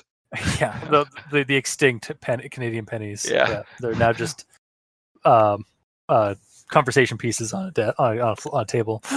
But yeah, if you'd like to, I'd like to see this like scene play out. How do you convince your roommate, or does he go along with this? All right, man. So what's going on? All right. So you know how you got those big packs? You don't need to flatter me, my friend. Yeah, don't you have to spend your 1 point of flattery there? Okay. Look, man. Look. I'll be honest with you. Look, man. I have no fucking idea, but I look outside that door and I saw him. I saw a big bloodshot eye, and I know if I open the door, I'm gonna die. And it kind of like starts breaking down a little bit again. Like, look, apparently, if I make it to the morning, then I'm gonna leave. And I'll tell you what, you gotta I've done paid my share of the lease for the next 3 months. So you can stay here. You can have it. I gotta go, but I gotta go in the morning. So right now, I will let you stay here, like without a roommate, and it'll be cool. I just need you to help me push on this door in here really hard while I shove these relics of a bygone age into the door frame. As you slot in the penny from 2012. Yeah. A Oh. bygone age. I was saving this coin to tell my children about, but I gotta procreate first. I gotta live through this night first. Yeah. I'm gonna spend a point of shrink and medic really fast, just to make sure, because I think Ellis believes him, but I think at this point he would have also used these points by now to be like, yeah, okay, he's either tripping or definitely freaking out and having some type of anxiety attack. Yeah, so that seems reasonable. Can I use my point of shrink to counteract his point? I'll play it. It's a shrink off. If you can, you asshole. But yeah, at this point he'd be like, all right, I believe you, because there is clearly something wrong medically with this person. And it might actually be ghosts. I don't know what the hell's going on here, but he is clearly in the wrong headspace, and it is time to lend a hand. So he will help. Also freaking the fuck out because there's a bunch of weird shit going on, and this is stressful shit. So I'm gonna roll on stability as well. I got 10 points of shrink. I think I could probably shrink you. I think so does he. Doesn't Ellis? Oh no, I'm looking at Marcus's sheet. No, Ellis has got like 5. I failed. I'm at 5. I have 10 sense trouble and 10 preparedness. I'm prepared for any capability at this point. So yeah. Yeah, I think I actually had 8 preparedness. Like you have there isn't or am I thinking like Knights Black Agents where you have like the chair or the? I don't think there's any cherries in this. It's not like a special boom kind of thing. Cherries. I'm looking to see.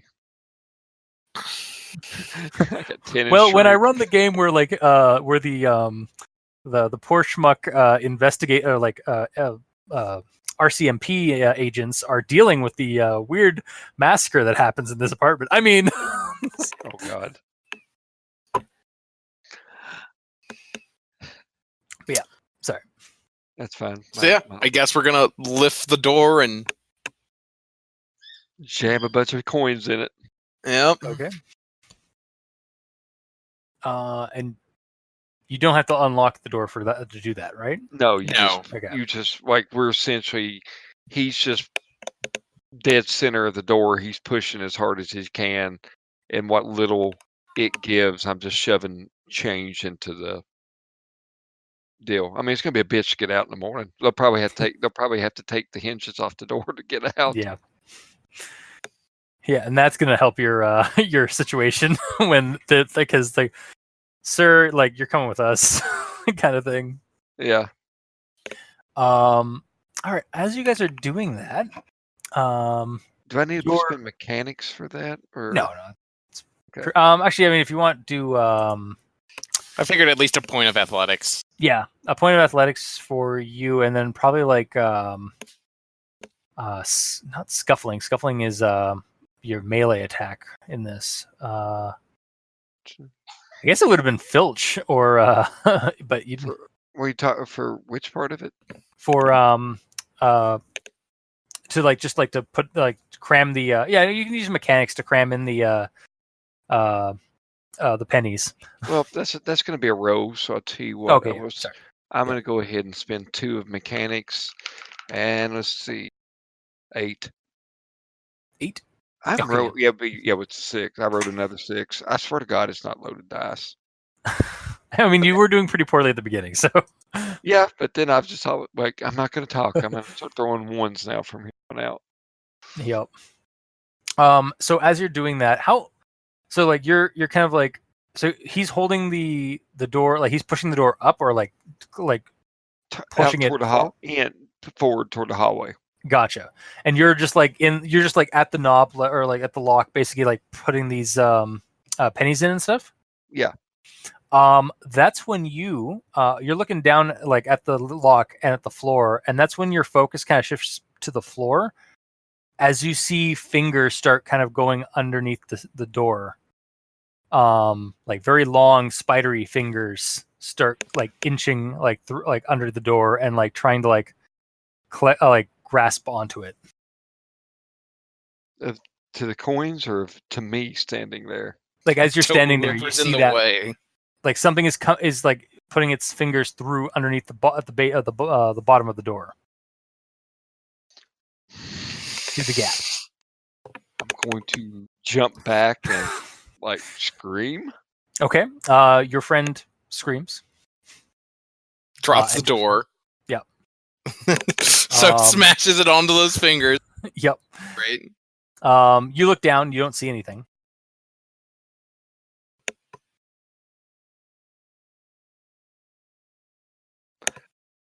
But you managed to get the coins in. But yeah, you saw that.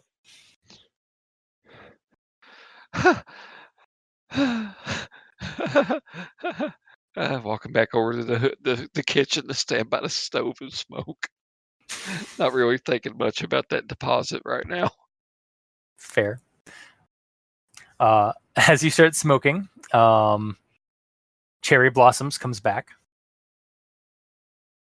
And is that fresh dumplings? Starting to get sick of my stomach. So I keep the cigarette smoke smells like cherry blossoms.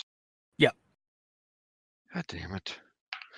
All right, just gonna stub it out, and then just start pacing around. So like, I know something's got to give in this way. This scenario. It's 7:00 at night, and I've locked myself in a haunted house. So to expedite things around a bit, I'm going to I guess I'm going to just lay on close the window blinds. Okay. And just sit on the couch and just kind of try to start meditating. So like not to be an inconvenience to my roommate any more than I am. Okay. So you're just kind of just meditating. You're not doing medium stuff or anything. Well, actually, Oh, if I got medium ability, I would like to. I'm kind of thinking about my cousin, Sachi. That's like he's in my mind as I'm kind of like. I mean, I'm kind of like attuned. I guess you could say it's like in the past, like when I told you I would go like the funeral homes and stuff like that. I would just kind of sit there and just kind of focus, and it was almost like I could hear them or see them, or like some kind of gradually. And I'm just kind of I'm doing that, but this time I'm not really looking around because I'm kind of I'm afraid of what I'm going to see. 'Cause Okay. I think he's dead. Well, you get a couple of flashes as you're meditating, like after a few minutes. I think I probably need to roll for that. Yeah. All right, so I am going to, since I haven't spent anything, I think I'm going to go 3. I'm going to spend 3 on that. Okay. For your medium. And my medium, so it takes me down to 7. And I rolled a 4, so it makes it 7. Okay. Yeah. You see a couple of flashes. You see as I pull up something here.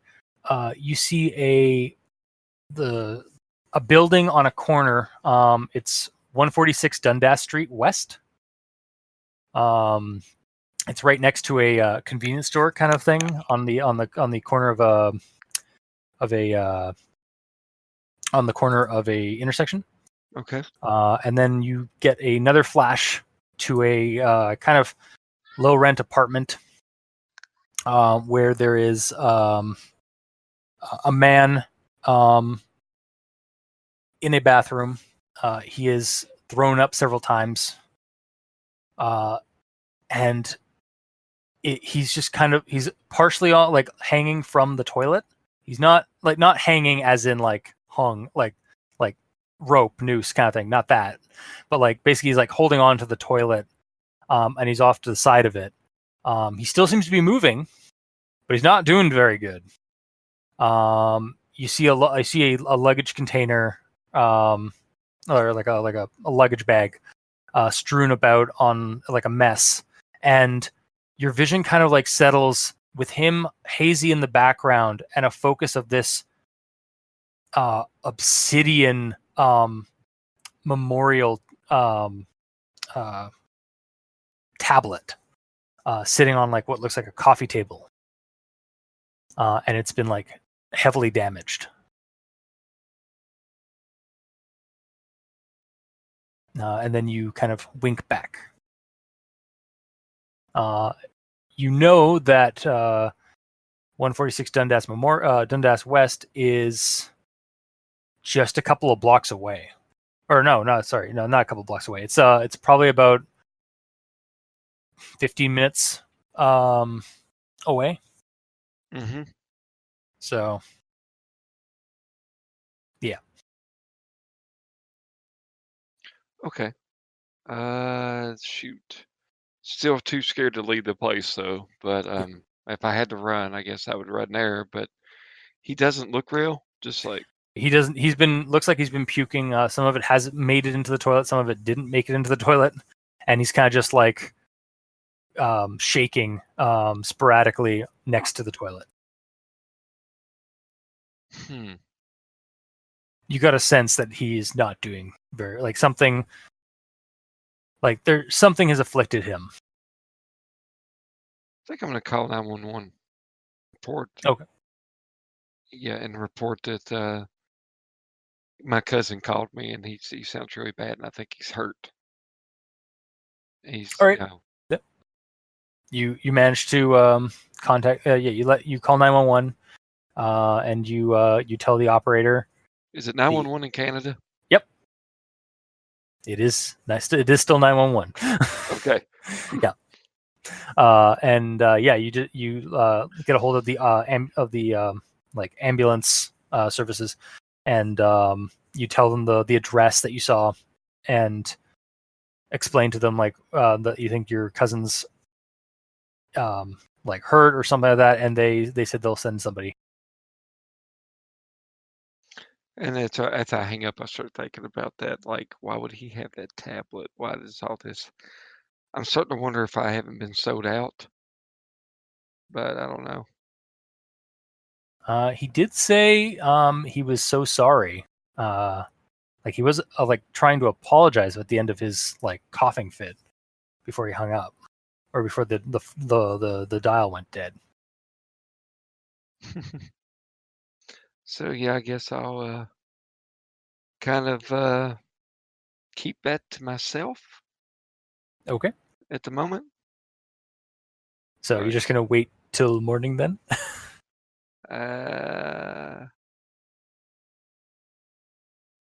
I think I will. I've got my post-it notes, and I think I kind of like, you know what? And this sounds like really good anyway. I kind of like his idea of like, well, if they can make it in, maybe they can't make it in a room, so I'm gonna kind of just tell my roommate Ellis like, look, I'm gonna go crash in my room here for a bit, and kind of I got some stuff to think about. Yeah, but just not open that door till the morning, and we're good. Okay. So are you going to sleep at all? I don't know if I could actually sleep, but I'm just gonna kind of just wait back there. Well, if that's the case, how about you roll me? I'm going to say probably it's an athletics to stay awake. All right, I'm just gonna roll base. Is that kid saying rolls that, or is that you laughing because you failed miserably? I fell miserably. I I think the adrenaline flowing through my body left me, and I kind of like I wrote a 1, so I don't know if that means I just zone out or fall asleep. Probably about 11 o'clock. Maybe you're not really sure when you finally doze off, but you eventually nod off. So about 2 o'clock, Ellis, what are you doing? Well, everything has calmed down a bit. So he's going and just playing some video games, cutting it on, and just playing some offline video games just to de-stress. Okay. And probably about 1 o'clock going like, fuck, I never got that pizza. And scrounging through the apartment for food. As that happens, you get a text message from Sam. Hey, some people are here. Some people are here to. Oh, right. They say they're your roommate's parents. They're here to talk to him. What do you want me to do? Well, let me ask him really fast. 1 second. He sounds very tired. So he's gonna go knock on Marcus's door. Yo, Marcus, do you wake up to that? Let's roll. I wrote a 4, so I guess did. Four's a pass, I believe. Yeah. All right. That you woke up from, and like as you're waking up, the scent of cherry blossoms and dumplings and like this kind of like really like familial and like really like happy vibe, or like some calm and content vibe drifts away from like whatever dream you were having. You can't really remember what it was. God, what I feel like I'm playing Jeepers Creepers. Okay, so yeah, I go answer the door. So yeah. Do you answer the door to your own bedroom? Good question. No, I don't. Yeah, how about you roll a stability first to Fuck see if you do or man. not? You got me. You totally got me on that. I wrote a 6. There's my number back. So you rolled a 6? Yeah, I did roll a 6. Okay, then yeah, like you. If you think about the the implications of like what if he like the door was open or something like that, it doesn't hit you until you like open the door and then like it passes. Oh shit. Yeah. What is it? your parents are downstairs. Are they allowed to come up? Let me talk to them down there. We'll communicate from down there. Like so. I'm So not you're calling. saying. Yeah, I'm calling back to security desk. You're actually calling them? I get, or are they still on the line? Yeah, I'll No, call my. it was I mean, a text I'm on the message. other side of a door. Yeah, he got a Yeah. text message from them. I'll call my parents. Oh, you call your parents? Yeah. It is. What? Oh, this is when you be like, asked him, ... and didn't get a response, ... then send all that. Okay. So you call or you're calling your parents. Call my dad. Yeah. The busy line. Like you try to call and like some like they're on the line themselves. Okay. I'll hang up and text, and I know I get no response back, but that would be what I would do. Okay. And you said you texted Ellis. You were texting Sam or Stan again. Yeah, I just was like, send them up. Okay. Will do. So a few moments pass, and you get a knock on the door, and or Marcus, you hear a familiar voice. Marcus, it's your father. Please let us in. We have to talk to you about this. I'm gonna call the phone without even speaking. I'm gonna dial the phone and see if I can hear it ringing on the other side of the door. You roll me a sense trouble. All right, I'm going to spend on that one. How much do I have left? I am going to go ahead and spend 2. I really want to make this. And I wrote a 6. So I got an 8. Yeah, it's not. You're not hearing anything on the other side, and it's just a busy signal again.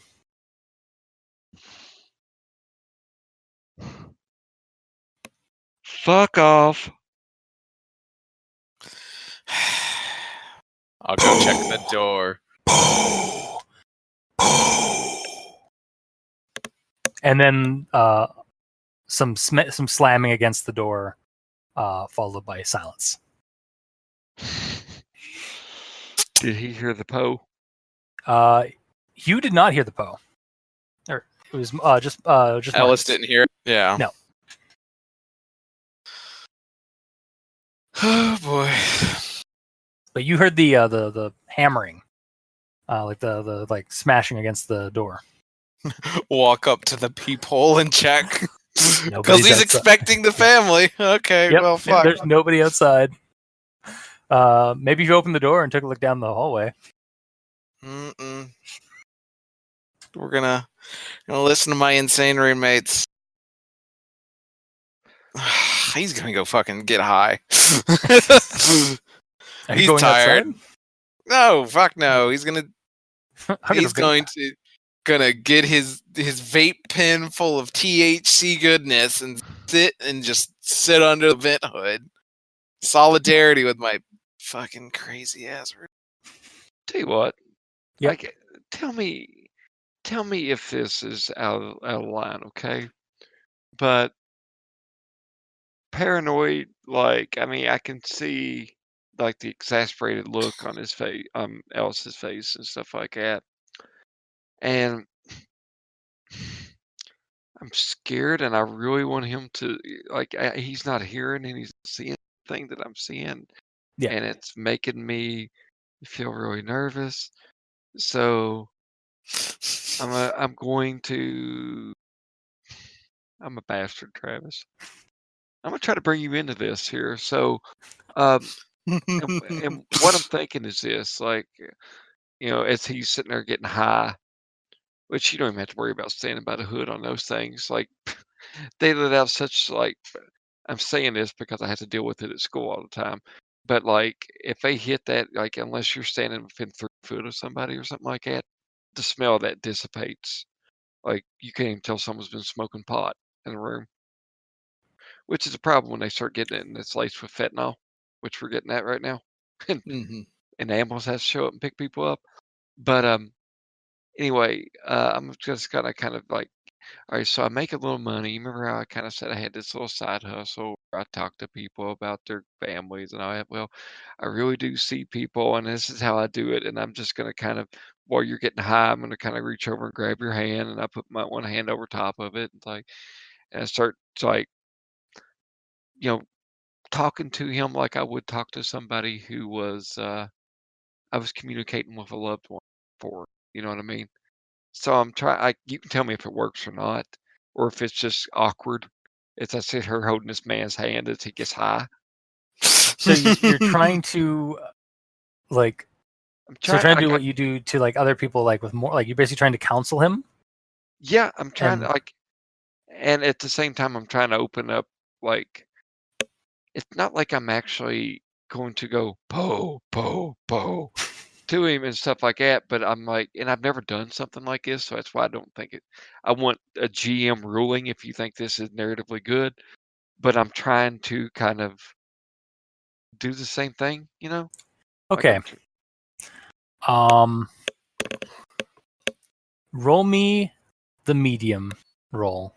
All right, I really want this to happen, so I'm going to spend, but I like a little bit of chance. So I'm only gonna spend 2. And with it being like, I'll say 3. I'll spend 3. So I'll take it down to 4. I'm sorry. These games make me a nervous wreck. I apologize if you're getting too nervous. No, it's fine. No, it's good. No, it's the spending part of these games. It's like, D&D, it's like you roll, it's like, well, I'm just shit out of luck. Yeah. But now it's like, it's that betting mechanic. Yeah. By the way, I rolled a 9. Wow. By the way, I rolled a 9. You're fucked. So, Ellis. Need you to roll me a sense trouble.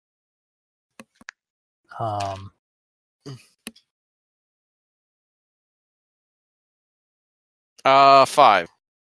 5. Okay. So as he comes in and like opens like your like sliding door.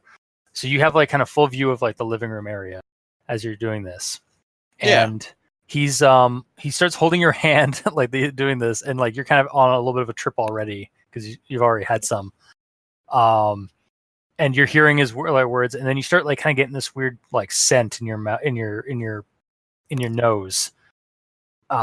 Like it's some kind of like sweet, and also like kind of savory as well.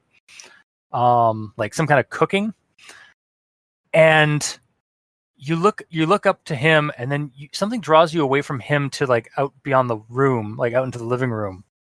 And you see the curtains slowly start moving of their own volition.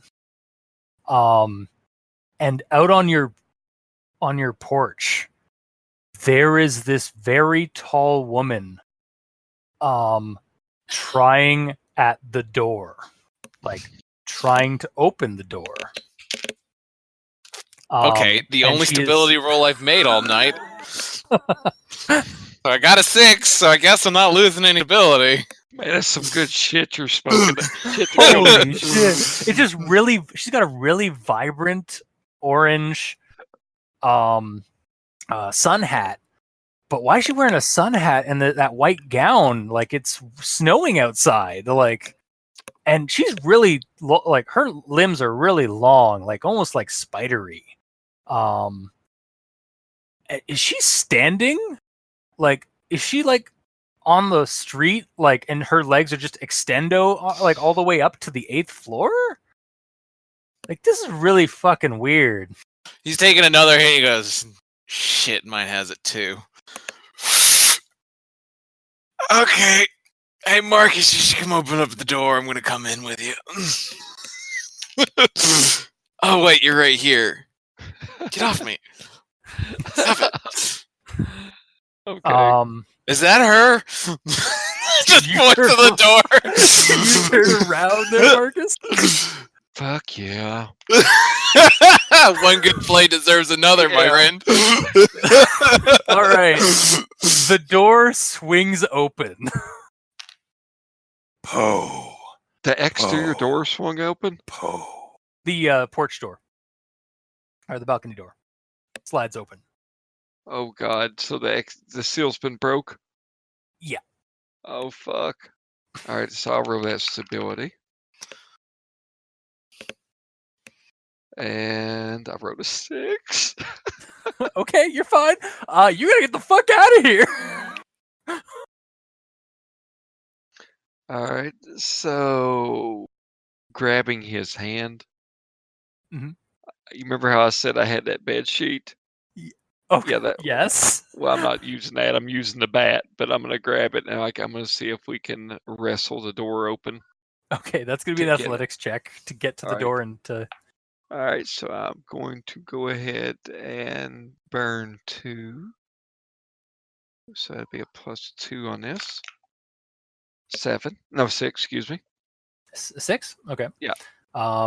Yeah, because her arm comes through and starts like grasping at you. Like it goes the entire length of the living room towards you, but you like holding on to your roommate, you like dash out of his corner room and like miss the grasping claws of this woman as you get to the down the hallway, like dash down the hallway.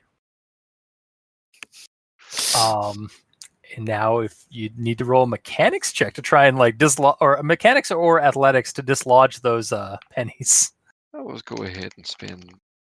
You know what? I'll spend 2. So that's 7. Okay. So yeah, I honestly. Yeah, you just we probably didn't do that good of a job in the first place. I bet you just grabbed you probably just grabbed the bat and just like smash at it or something, like jank it out. Yeah, you know what? That's the trick. Like you walk up and actually just took the bat and smashed like the handle part against the Like the framing. Yeah. Ellis, you look back to like where your room, and like you see this woman like her legs are like kind of they're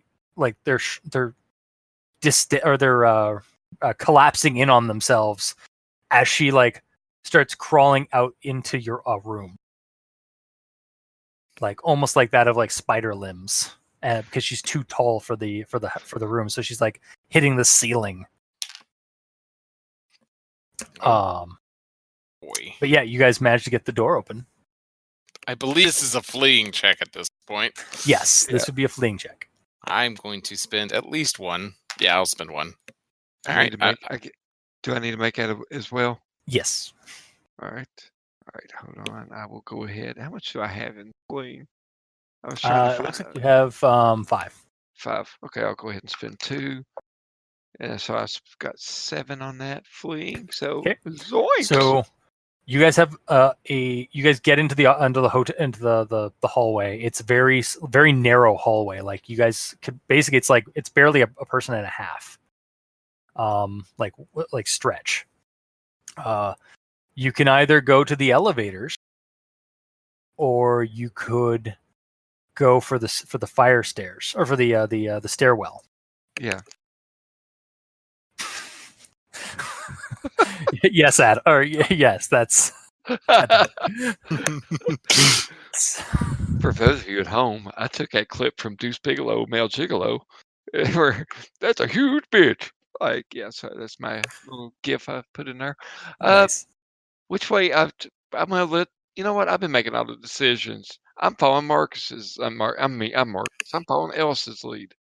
Ellis shuts the door and locks it. I must spend a point of preparedness to have my keys on me. Okay, fair enough. Good thing, guys. She's locked in the door. As you go to lock it, again from behind you hear po, po, po, and it starts like kind of concaving a little bit, as if something is pressing against it from the other. Or is it concaving? Am I doing the right? Or is it the other? It's concave. The opposite. Yeah, concave. Yeah. As if it's being pressed from the inside. That's convex, but yes, I get what Convexing, you're saying. yes. Yeah, sorry. That's what I meant. So yeah, the stairwell or the elevator? Stairwell. Yeah, stairwell's what he was going to go run to. Okay. You flee down to the stairwell, like you get to that exit. You just start running down flights. Roll sense troubles. I'll spend a point. Yeah, I'll spend a point. I only got a point, so I'm officially out of sense trouble. Okay. So it'd be 6. 6. All right. And would you get Ellis? 6 as well. So okay, cool. So you guys get to the 4th floor, and you hear something from up above you, and it sounds like some like a creaking sound, like a squeaking sound, and then kind of a whooshing sound, as a blur of darkness just kind of flies down the center of the stairwell, like in that gap between like in that kind of gap between the stairs. Mm-hmm. Does it go to the floors below us? Yes, it goes to the front. It hits the ground floor. All right. Well, we're getting off whatever floor we're on right now. All right. That would be the 4th floor. Okay. So, you're suddenly in another very tight hallway. It's very gray, very kind of utilitarian almost. Very claustrophobic. Okay. So, what the fuck do we do now? How much lying do you got in you? I mean, it's my job to lie, so like, I guess a lot.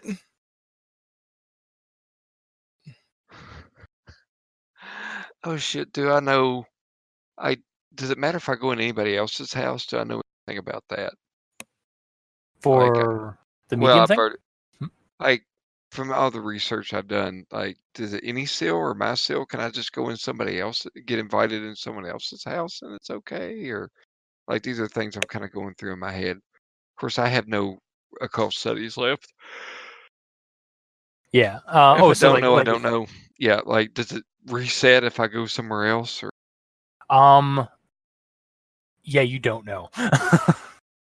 You're not sure. Like how you basically just trying to put barriers between you and this thing, as far as you know.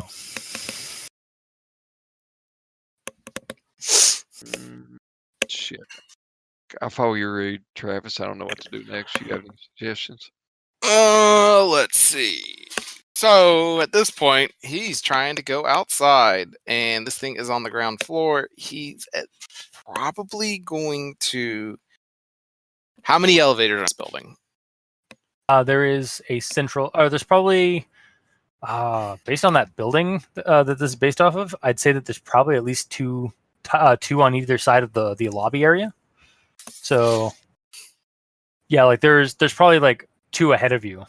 So what I'm thinking at this point is, depending on this is where the floor plan would be really nice, because depending on where it goes, I could hit the elevator button and hopefully draw it onto the elevator, and then we take the stairs, and it's stuck in the elevator, so we can run down the stairs. Mm-hmm. And that's the plan I want to do, but it depends on how the stairs are laid out, and not in the stairwell we were just in. Yeah, we're gonna do that. So he's gonna run and hit the stair, or he'll hit the elevator button, and then run to the opposite stairwell. Since I'm assuming there's probably at least 2+ so there's emergency exits. Yeah, there's stairwells on either side of the building. I imagine. That's how I'm going to do it. And then there's like in the middle area, there's like 2 sets of elevators. So hey, hand me your Ellis, hand me your Sharpie. Sure. He hands off to you as he's running and hitting the elevator buttons, the call buttons. Like, yeah. So like, I didn't know. I picked you because I have no preparedness. But like, what I was wanting to do is start taking the Sharpie and start drawing Buddhist, like the symbols for the notes on the bat. Because I'm thinking of John Dies at the end. They had that Bible and had nails in it. Like a baseball bat that had nails in it with Bible verses taped on it, and they called it the Bible Melter. Oh my God! So the funny thing is I love what you're doing, because I think I know what the Buddhist symbols do technically, like outside of the game, but I'm not going to tell you until the end. Yeah, it's fine. So yeah, that's what I'm like. So if I can have my Sharpie, then I'm just going to start. So if Ellis would like to spend a preparedness point, he has a row. He can have a Sharpie. Got a row. Yeah. Oh, you still got to roll for it, even? Okay. It's a general ability, so yeah, you have to spend. All right, sorry. It's fine. I got to learn the system a little bit. I'll spend one, just because I'm not going to spend all of them right now. I'll spend one, and that's a 5. So yes, I do have my Sharpie. Okay. So yeah, I'll hand it off. Go hit the 2 elevator buttons to call them, and then all right, come on, drawing time while we're running. Let's go, and then grabs him and drags him to the opposite stairwell. Okay, so you get bouncing around this really tight corridor. Yeah.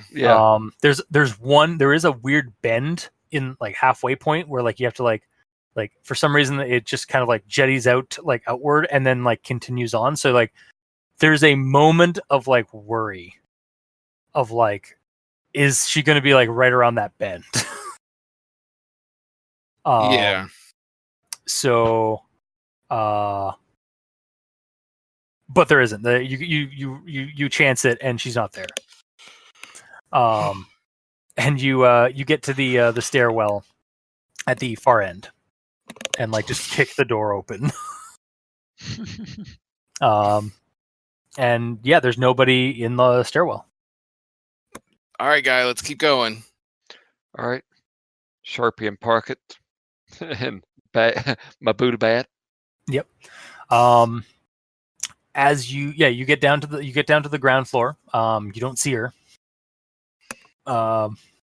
you see, you can see the main lobby from the hallway, and the exit, the main exit / entrance. Stan and Fred are there, just kind of watching the monitors. Are you being stealthy at all, or are you just gonna like walk past them? Just Thought casually. casually. Like, do you think casually, Ellis? Yeah. Yeah, just walk by and go, we're going to the hospital. Thank you for the service. Bye. Oh, good. You got him out. Yeah, it's stressful. She's right behind them. Roll stability. I didn't spend anything, and I wrote. What do I do? What kind of damage is that carries on? You didn't get a success? I did not succeed. Oh, that's gonna be 2. Because she just literally just like it was as if she stood up from behind their desk. Oh. I got a 6. I see that, and I'm just going to go. Did you send me a text, by the way, about your homeboy's family? Like slowly edging away, like slowly dragging. Sorry, I kind of just I gapped for a second. Sorry, what did you say there? 2 of them? So I rolled a 6, so I'm not completely freaking out. Yo, Yeah. Did you send me a text about homeboy's family being here? No. Okay, that must have been a prank. Sorry, if they come in, call. Give me a call. You guys are getting like the shittiest pranksters. Yeah, it's not good. I'll see you later. Bye. Yeah, she started walking between them, like her legs, her very Walks long over legs, them. walk over the desks and like start walking like over the front desk, and they don't see her at all. Like she's completely invisible. And yeah, you guys just like book it down out of the lobby out into the cold street. Do you guys go to the opposite side of the street, or like to the nearest like intersection kind of thing? Do we own a car? You'd have to go to the underground parking lot to get to that. If you have a car. Actually, that would probably be a preparedness roll. Do you have a car in the city? I don't think my guy would have a car. He's trying to save as much money as possible. Okay, then yeah, you guys probably don't have a car, but you can contact an Uber or taxi. I think right now for shits and giggles, the only place I know to go would be the apartment anyway. Did I call 911 on? Okay, yeah, fair enough. So you guys, so you're running around looking for. You start running. Unless there's like a Buddhist like temple up there. If there. There are actually a few Buddhist temples in Toronto. But you'd have to look that up unless you like. You're out of your occult rolls or your occult studies. Yeah, I'm out of my occult studies. So, yeah, I'll tell you what. I just kind of like let's go this way. Maybe we can figure out what's going on. Are we running towards the hospital, which is technically holy ground? I was just gonna run toward the apartment. I was just gonna say, he got to my cousin. I saw a vision. There was a tablet there. Maybe there's something we could do there. I don't know. Okay, so you guys like vamoose down the road like it's. Yo, do you guys even have your shoes and shit on? I say we had shoes on. Okay, I'm not sure like how you guys if you guys would have like had your shoes in your apartment and such. I say probably since there was like 15 minutes left for the pizza, he had shoes on because it was like, all right, this is getting weird. I need to prep hot stuff. Okay. That's it. Now I would admit that I probably do not have a heavy coat on or something. Probably just a hoodie. Yeah. The other problem is that we were snowed in. Yeah. So you guys run into it's getting cold. Like it's like -3 degrees Celsius. So it's like I guess. I believe that's called freezing because it's below freezing. Yeah, but I mean, it's not. It's fine. Up here, that's actually snow showers. That's actually not even like fully snow. But anyways, it's damp, it's slushy, it's snow, it's cold. You guys run across the street to the intersection of Dundas. I'm butchering the geography of Toronto, but whatever, fuck it. And you look back now that you're in the safety of the light. You don't see her at all. Like, she's nowhere to be found. Whoever has sensed trouble left, however, could roll me. I do not. Well, it just means that basically it just means I can't modify it. I can still make rolls. Yeah, exactly. So I will go ahead and just roll at base 2, so I don't get anything. It's going to be up to Ellis on this. Do we lose Ellis? Oh god, dinner is served, so I'm trying to eat. At the same sorry. Time. Sorry. I'm at 9. I'll spend 1, sure. 6. 6? So you're looking around, you guys don't see her. There's something you do notice about the road. It's getting darker, like the road itself. And that's kind of when you notice it's the street salt. It's turning black. And it's turning black towards you. We take a right. Picture this, people at home. We're jogging. Everything's getting darker. Like, Ellis sees it, like points it and jerks us to the right direction, and like exasperated Marcus, like, "Oh fuck me!" Yeah. Yeah. As you're just running down the streets of Toronto, trailed by this black salt. I'm gonna make a joke because we were technically near a Walmart superstore. I was gonna let's go to the most holy place there is. We aren't in America, so yeah, it's a hellscape here. The only thing you can fight black salt with is white trash. Let's go. God, it's okay. Yeah, I'm sorry if you had to edit that. No, it's fine. So there is actually a Buddhist temple about 8 blocks away. Yep. I am going to spend all of my athletics to just get the fuck there. To get the hell there. Yep. That is perfectly fine. That sounds fine to me as well. I will spend my 3 athletics. Is that the Toronto Buddhist Temple or which one is that? Because I obviously looked out online.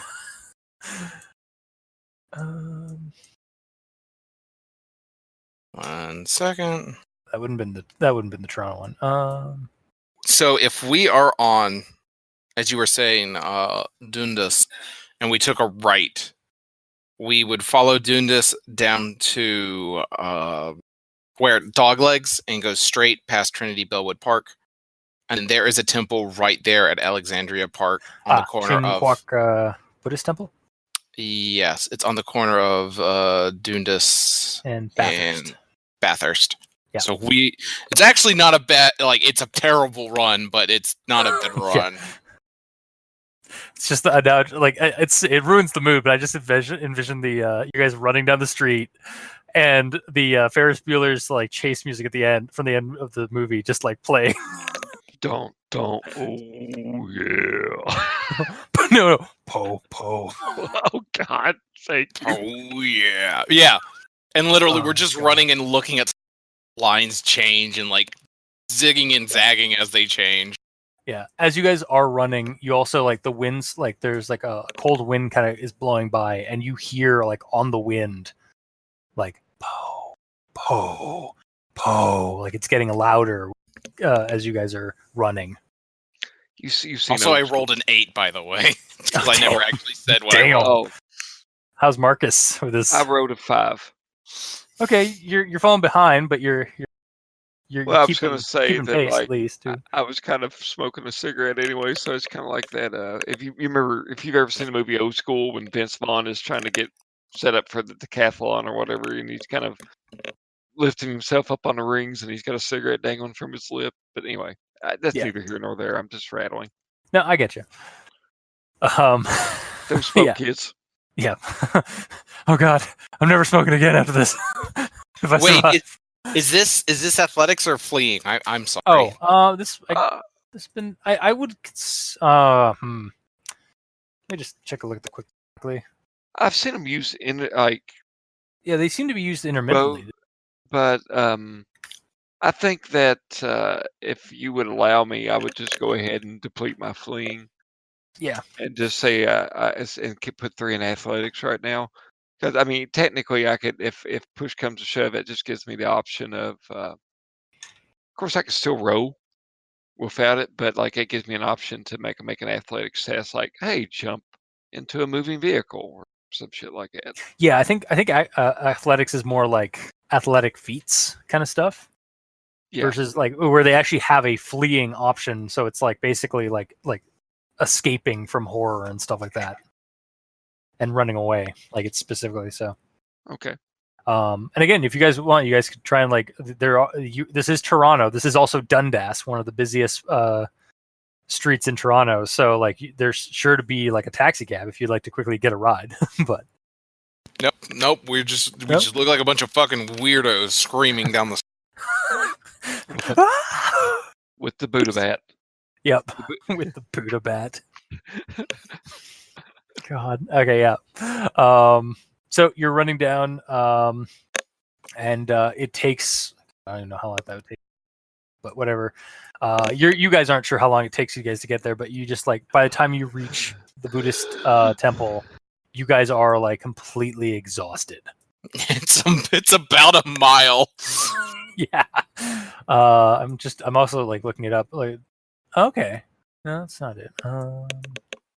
It's the Taipei Buddhist Temple of Toronto. Oh, the Taipei one. Okay, I was looking at the wrong one because we have to go with accuracy. Don't you just wish people actually like there's someone out there like, why is there a man in Georgia looking up Buddhist temples in Toronto? Hi, Hi, CIA. NSA. Yeah, hi, NSA. Hi, CSIS, for our Canadian folks. I'm actually not seeing what is it called? I saw the Chinquak Buddhist temple, but I'm not seeing the one between that one and like. I'm going down Dundas. I'm not seeing anything. So. 1 second, I'll send you the link. Sure. You know what? Here's the Yelp link to it. Oh, okay. If it's not real and you just drug us out here to die, that's going to be so sweet, though. Well, you know what? Let me tell you something about like there is the chance that like a temple might have been like decommissioned or like closed down because like that has happened a couple of times in my neighborhood. Like growing up in Toronto, like temples and stuff have like been closed down after like 10 years of use. Just because like either the community has changed or financing or funding and stuff just wasn't there. So that would be like not poetic justice, but horrific justice. Yeah. So those of you at home, are you listening to see if what our Google searches reveal if we're saved or not? Will it even matter? Tune in. Yeah, tune in. New Year's. Oh wait, you're already doing that. Oh, so it is the same one. It's or at least it's on the same in the same coordinates. As of June 2019, Street View says it's still a thing. Okay, there we go. Then you know what? It's there. What does it look like? I'm just curious. Oh, that's actually really cool. Yeah. So you finally stumble upon this. Okay, yeah, I found it. This like large brick building with red columns and the Asiatic like kind of roofing detail. So like red and yellow on this like brown brick store or like a building front, and yeah. So I assume you guys are just gonna like just try and knock on the door or barge in. Try to knock on the door, but also try to open it. Okay. What are their hours? Because review call this may not have thought this fully through on like. All right, so you guys try the door. And I'm gonna say it's locked. because it's 2 in the morning, or it's 2:30 in the morning at this point. You know what? I got 1 point of mechanics. I'm going to try to pick it. Okay. So with my 1 point, rolled a 2, so that's a 3. So nothing. Yeah, you try your best. Like you're shaking though. It's cold because your adrenaline. You're cold, and you keep hearing Poe on the winds. Bad Getting news, louder. bud. Their business hours are 8:30 to 5:30 p.m. Yeah. Okay. So yeah. I'm gonna try a window. There's if you look at there's a window right next to you, or right next to the doors. There's also a side area that like looks like you could probably like if you could like maybe bash it, you can maybe get in that way. But yeah, Kind of worried really about small windows. I'm worried about desecrating as it goes. Yeah, that's true.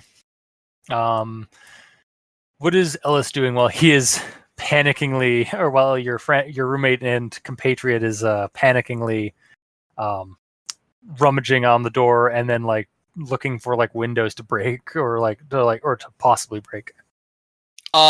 Keeping a lookout for this salt to see if it starts turning black. Yeah. And it is. It actually you notice it as you're looking down the direction of Dundas. You notice it starts like kind of almost like a snake. It just turns that corner and starts like arcing towards you. And in fact, as it gets closer, you start starting to make her out again. Like she's becoming more visible the closer she gets to you. So it looks like she's invisible to you guys, or she's got like kind of a radius where she starts getting more and more tangible or closer to you. And she's just like walking / kind of hovering over the road as she approaches you. You know what? I think we better put all of our eggs in a basket here, Ellis. So I'm probably just gonna go ahead and try to either break a glass or kick a door in or something like that. hand me the bat. I don't have any. I've got well, no, I don't have any scuffle. Fuck, never mind. Actually, I think doesn't Marcus have scuffling? I have scuffling. Yeah, he does. Yeah, you should. We'll switch places, and yeah, I was about to say, Ellis just like, all right, you break in. I'll use these muscles for goodness. All right, I'm gonna use all 4 athletics. Wait, Ellis, you do have scuffling. No, I don't. Yeah, you do, don't you? I see like 3 in there between the 10 and the 10. Oh, that was me hit. I don't think I'm supposed to have scuffling. Okay. I'll look. I think I accidentally hit 3 when I was moving through. Oh, okay. Cameraman, was it? I'm just double checking. Yep. No, did your medic at 5? Sense trouble 10, preparedness 10, scuffling 3. Oh, well, I have 3. Great. I messed up. I thought for some reason I didn't. I still have higher athletics to let me kick this door in. Yeah, if you like, your call there, Crazon. Yeah. Yeah, no, if you want to kick it in, you can try. Yeah, I mean, spending 4. Yep. That's a 7. Yeah, it takes a couple of like good hard like smacks or like good hard like tackles, but you eventually like break the lock on it and like just fall inward.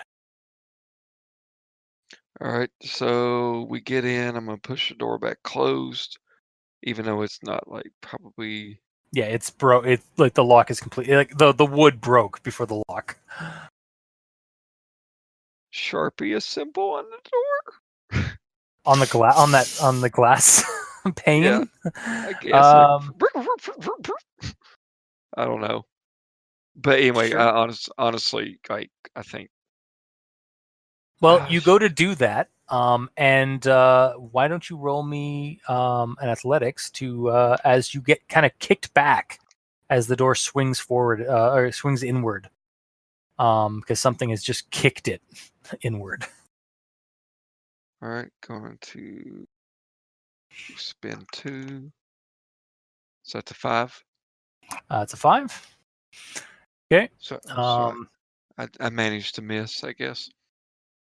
yeah, you manage to basically like tuck and roll, so like you don't like go you don't go like ragdolling. Okay. And yeah, she just starts kind of crawling, or no, she starts crawling in a little bit. But you can kind of see, almost like steam start roiling off of her feet as she steps in. And she like hesitates, just stares at you the entire time with this very calm expression on her hair draped face. Okay. And fuck it. Batter up. Okay. I'm using the Buddha bat, the Bible belter. So I'm going to go ahead and spend 2 in scuffling. So I'm so excited for what's going to happen here. And that's 6. Yeah. So did my threshold was 6? I assume maybe I hit. So you where are you aiming for on her? Because I imagine you can't actually reach her 8 feet. Yeah, I can't reach her 8 feet, but like whatever hers inside the door, busted it. Gotcha. Do I need to look up damage? No. You swing, and it passes through her. I told you earlier you were fucked, buddy. So like, Yeah, it just passes right through her. And she's gonna go and grab you. So, Well, she's got to hit a threshold of 3. yep. Give me a second. She rolled a threshold of 3. To hit me, if you were shooting at me or something like that, I would assume Yeah. that's what it would take to hit me. Yeah, she goes to yeah, she got a 3. So I guess would that be tie goes to the player? Well, I mean, it's like it's 3 to hit. Like if I rolled 4 to hit on someone, so I would assume that you still get it. Okay. So yeah, she as you swing through and like it passes through her, you then feel her grab you on the shoulder. Ellis, I'm gonna give you 1 roll to do something. let's. What the fuck can I do here? I have preparedness. What can I prepare? I have scuffling. Fuck it. We'll do some scuffle. Let's go see if I can just like. Oh wait, that didn't work, did it? I'm going to. Can I use a fleeing to try and drag him away? No, that's me fleeing. And you spent all your athletics. Yep. Scuffling might work to like basically like wrestle him out of her grasp. Yeah, sure. Yeah. I'll spend 3 to scuffle. I'll spend all my scuffling to try and drag you away. How does an 8? An 8 does it. Marcus, you started really smelling that like cherry blossoms and like warm, fresh dumplings, and then that is just yanked away as you are yanked back by your roommate deeper into the Buddhist temple. And you see her like her outstretched arm, like almost like just like trying to grab you, almost as if like she's just trying desperately to grab at you, but she can't move any further forward. And you just hear her say, like kind of almost dejectedly, it's like, "Po, po, po," and she just kind of backs off, goes like and just goes outside, and just stands there beyond the door. I guess I'm turning into a priest now. Do you wait till morning, I guess, or do you do anything until morning? I mean, I'm all about waiting it out. Okay. You guys wait till. What? I'll call my parents again, see if I can get a hold of them. Okay. Yeah, you get a call, and it's like, yes, son, where are you? We were at your. We got to your apartment, but you weren't there. But they said that you'd left. I'm at the Buddhist temple. Wait, where? Did I give the address? And I like just don't. She can't come in here. She can't come in here. Just stay put till morning. We'll be there. We'll come in the morning.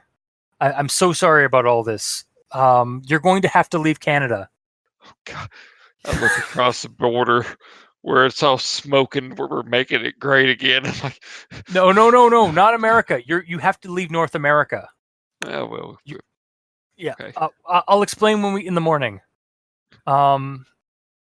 Be safe. And then he hangs up.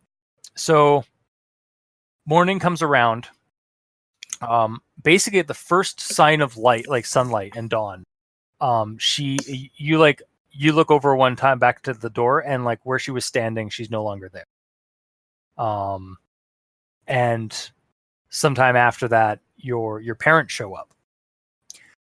And they ask you like, "Oh my God, are you okay?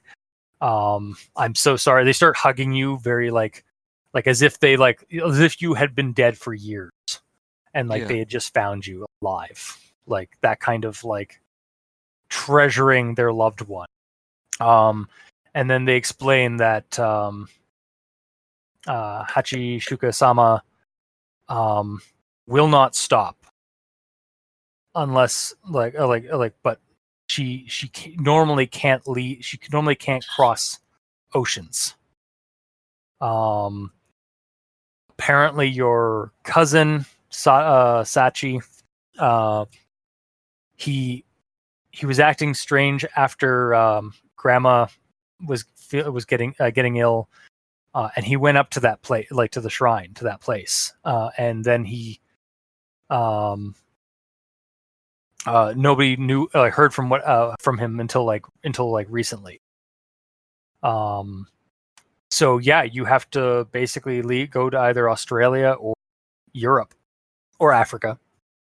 Ellis, you can stay here, or you can go check out the range with me down in Africa. Are you buying? You know what? I'm gonna tempt it. I think you're the one it's after. Also, I gotta kind of do some community service because I did break into a temple, and that seems like bad karma. So I'm gonna stay here.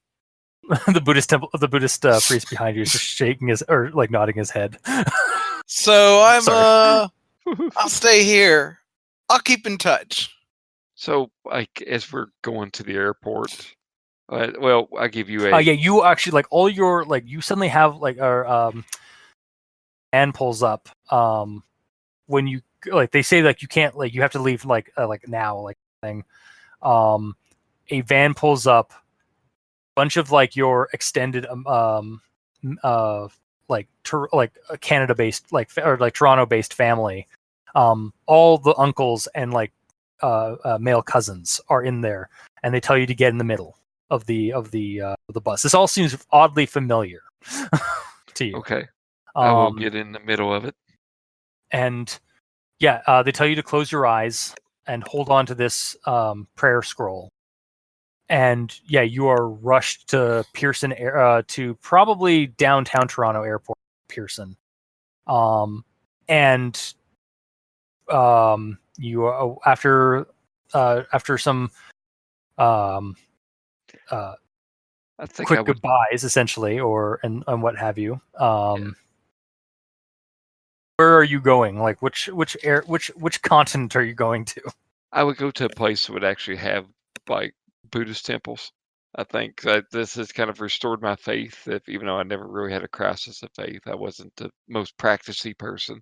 But you know how they say there's no atheists in foxholes kind of things. So Yeah. I would assume that there would be better odds of finding something in Europe In or Europe?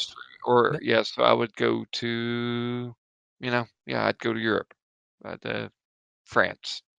France? Okay. So yeah, you catch an airplane to France, and you effectively live out the rest of your life there, dreading if she ever returns. And I think that's where we're gonna call Hachiyukasama, or 8 floors tall. Oh Lord. You are a lucky motherfucker that we live so close to a Buddhist temple. You're also really lucky when we broke in, the Buddhist temple guardians didn't kick our fucking ass. Because if that thing's real, that means everything's real. Yeah. And I don't know what denominations we were, or that temple was, but there's like a dozen things that would have eaten our assholes alive.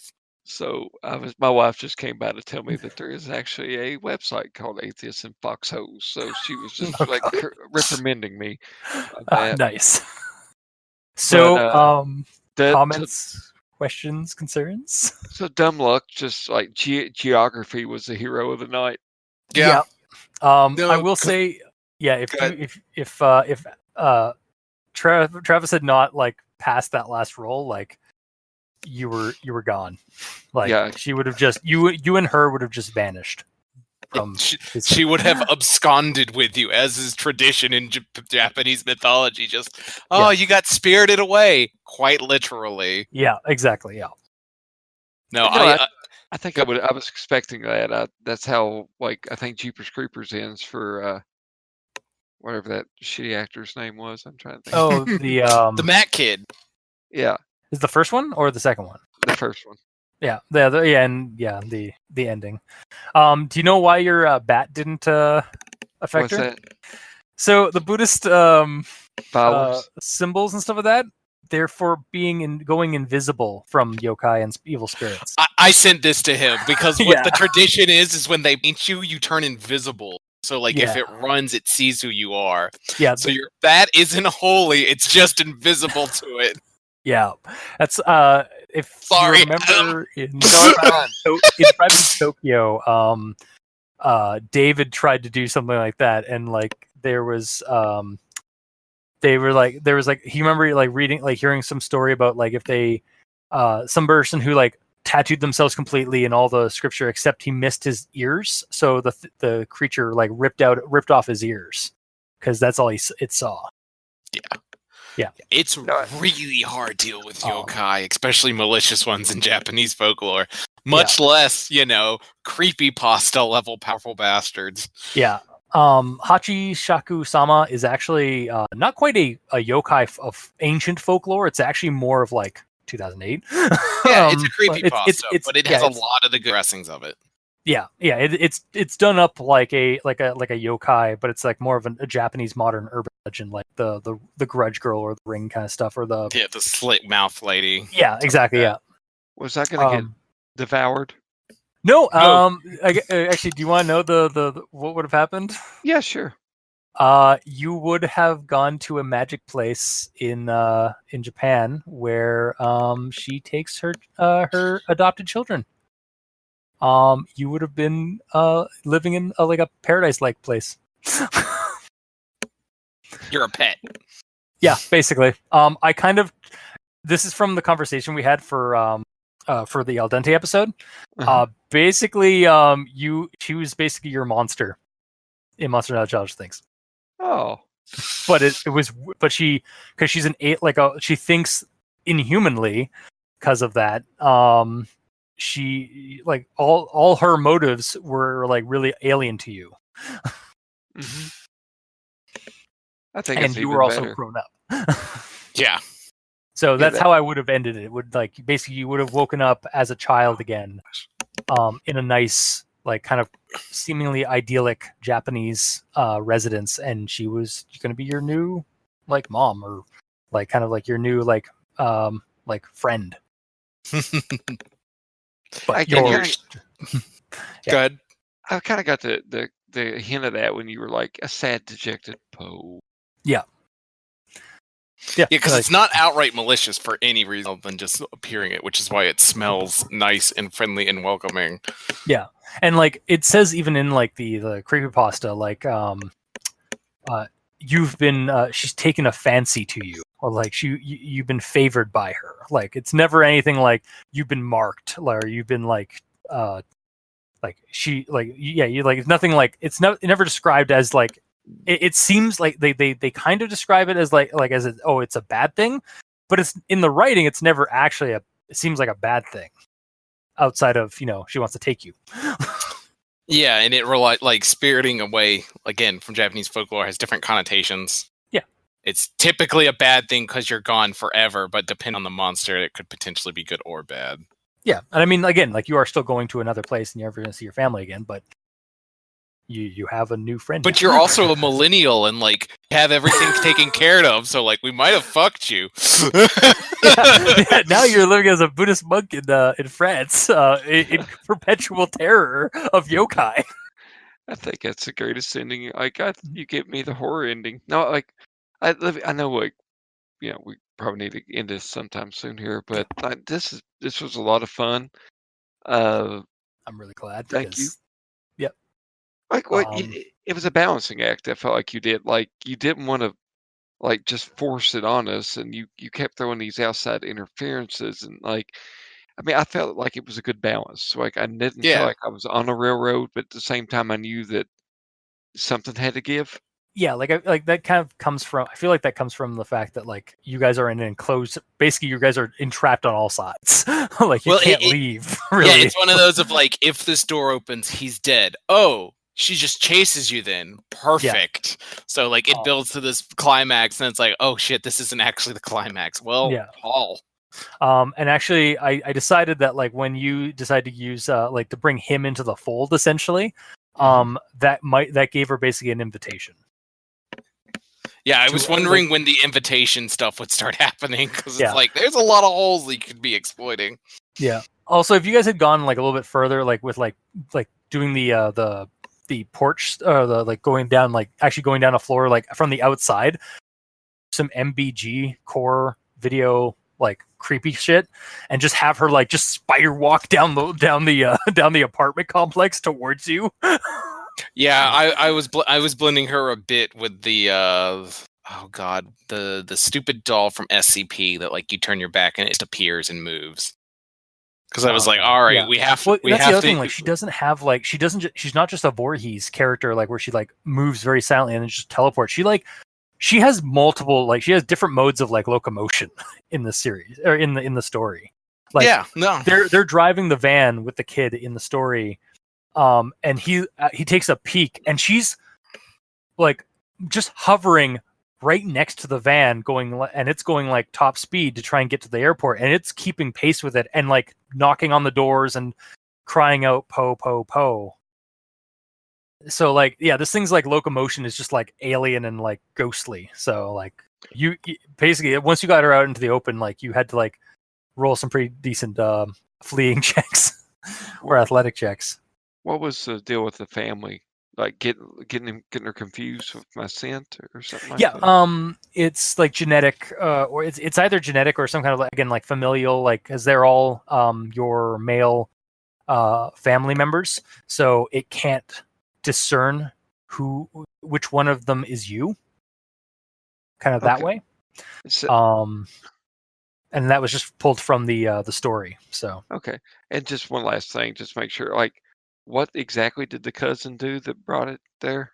Like, so we talked about it in our episode about like how like she's basically like landlocked to Japan because she can't cross oceans because salt is in the ocean. Like she can't walk over. She can't just like walk across the ocean and like get to it because it's like salt is such a purifying thing. But I kind of went with that like maybe she like caused the grandmother to be sick, and then as a result of that, like your cousin Sachi went up to investigate like why she went sick and stuff like that, and he found the old shrine that had been like disturbed and found like her tablet, like her spirit tablet, and basically got possessed by her limited through some kind of like limited means, and basically forced him to take a airplane trip to Toronto. Okay. Yeah. And why was he sick? Or was he dying? Or what was basically, it was just the side effects of being possessed by the ghost or by the curse. So like he was just basically getting the same experience, like the same curse was upon him that like was affecting the grandmother. Okay. Yeah. Awesome. Well, I mean, I have no more questions. This has been a hell of a lot of fun. Yeah. I enjoyed it. I was a little nervous at the beginning because I only had a handful of like notes, and I primarily like on the run ran that. So I'm glad it turned out as well as it did, and I hope that the slow burn like tension was building with that. No, it was great. Like again, one of the biggest things that I've learned running games like this is you kind of have to piecemeal, and then when shit hit the fan, it's just like, all right, everything goes, kind of like how Caleb played in Tribes of Tokyo. It's like, I'm not gonna spend unless I have to, and then I'm going to make sure I hit everything.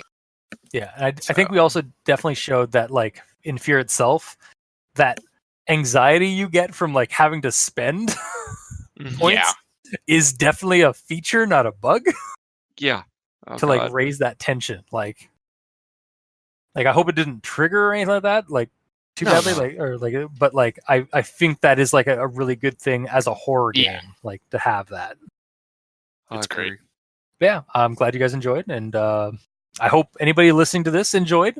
I believe our Al Dente episode will be coming either before or after this episode gets launched on our main channel. So look forward to that, where you actually hear us talk with our friend who is actually spooked by this creepypasta, come up with the ideas for this. So kind of like a behind the scenes of like how we came to this scenario. So, well, do you guys have anything you would like to promote before we sign off? Oh, well, yeah, if you would be so kind, if you haven't heard me on the podcast before, I'm Adam. I'm with the Roll Point Exchange. I have a nice little podcast called the Roll Point Exchange. And basically, we do 2 actual plays a month and then kind of a talky episode. So if you're interested, want to hear more me and my wonderful group of friends as we play games and so forth, please come check us out. Hey, and if you even like it, Patreon, money, please. And so as I shake my cup, I'm going to pass the mic over to Travis. Yeah, I don't have anything to pimp right now. My website is going to be rebuilt over winter break. But if you're interested to have me talk to you about research relating to interactive narrative, physical computing, or tabletop, you can reach out to me at tgasque@godtech.edu. I'm a PhD student, Georgia Tech, studying interactive media. So I'm writing like 3 articles this semester, one on ludonarrative dissonance and video games interactive narrative, one on telling lies and how database video game potentially could be used to create interesting storytelling techniques, and then another one which is a long-term research piece interviewing tabletop role-playing GMs for the creation of an automated tarot-based character and idea generator. And if any of those sound interesting, hit me up. I'll talk to you about it. Or, I can just sit and talk to you about narrative design and stuff like that. Awesome. And as always, you can get a hold of me, Review Cultist, at Review Cultist on Twitter. You can also send us emails at aldenterigamortis@gmail.com. That's ALDENTERIGAMORTIS@gmail.com. Where you can also leave us suggestions for other creepypastas and just let us know how we're doing. Like how you like this actual play game, since it is going on our main feed. And if you like these actual play games, you can also check out some other ones that we've done that are behind a paywall on our Patreon. And we have for $2 and $5 tiers, we have special episodes, extra content, early access. So yeah, come check us out there and help support the show. Because those hosting bills, they cost. So yeah, I guess until next time, I have been your host and GM, Review Cultist. And I'm Adam. I'm Travis. And this has been Actual Play Rigamortis for Al Dente Rigamortis. Sleep well and po, po, po. Son of a bitch. Some out for your friends who now live in Buddhist temples because they're haunted.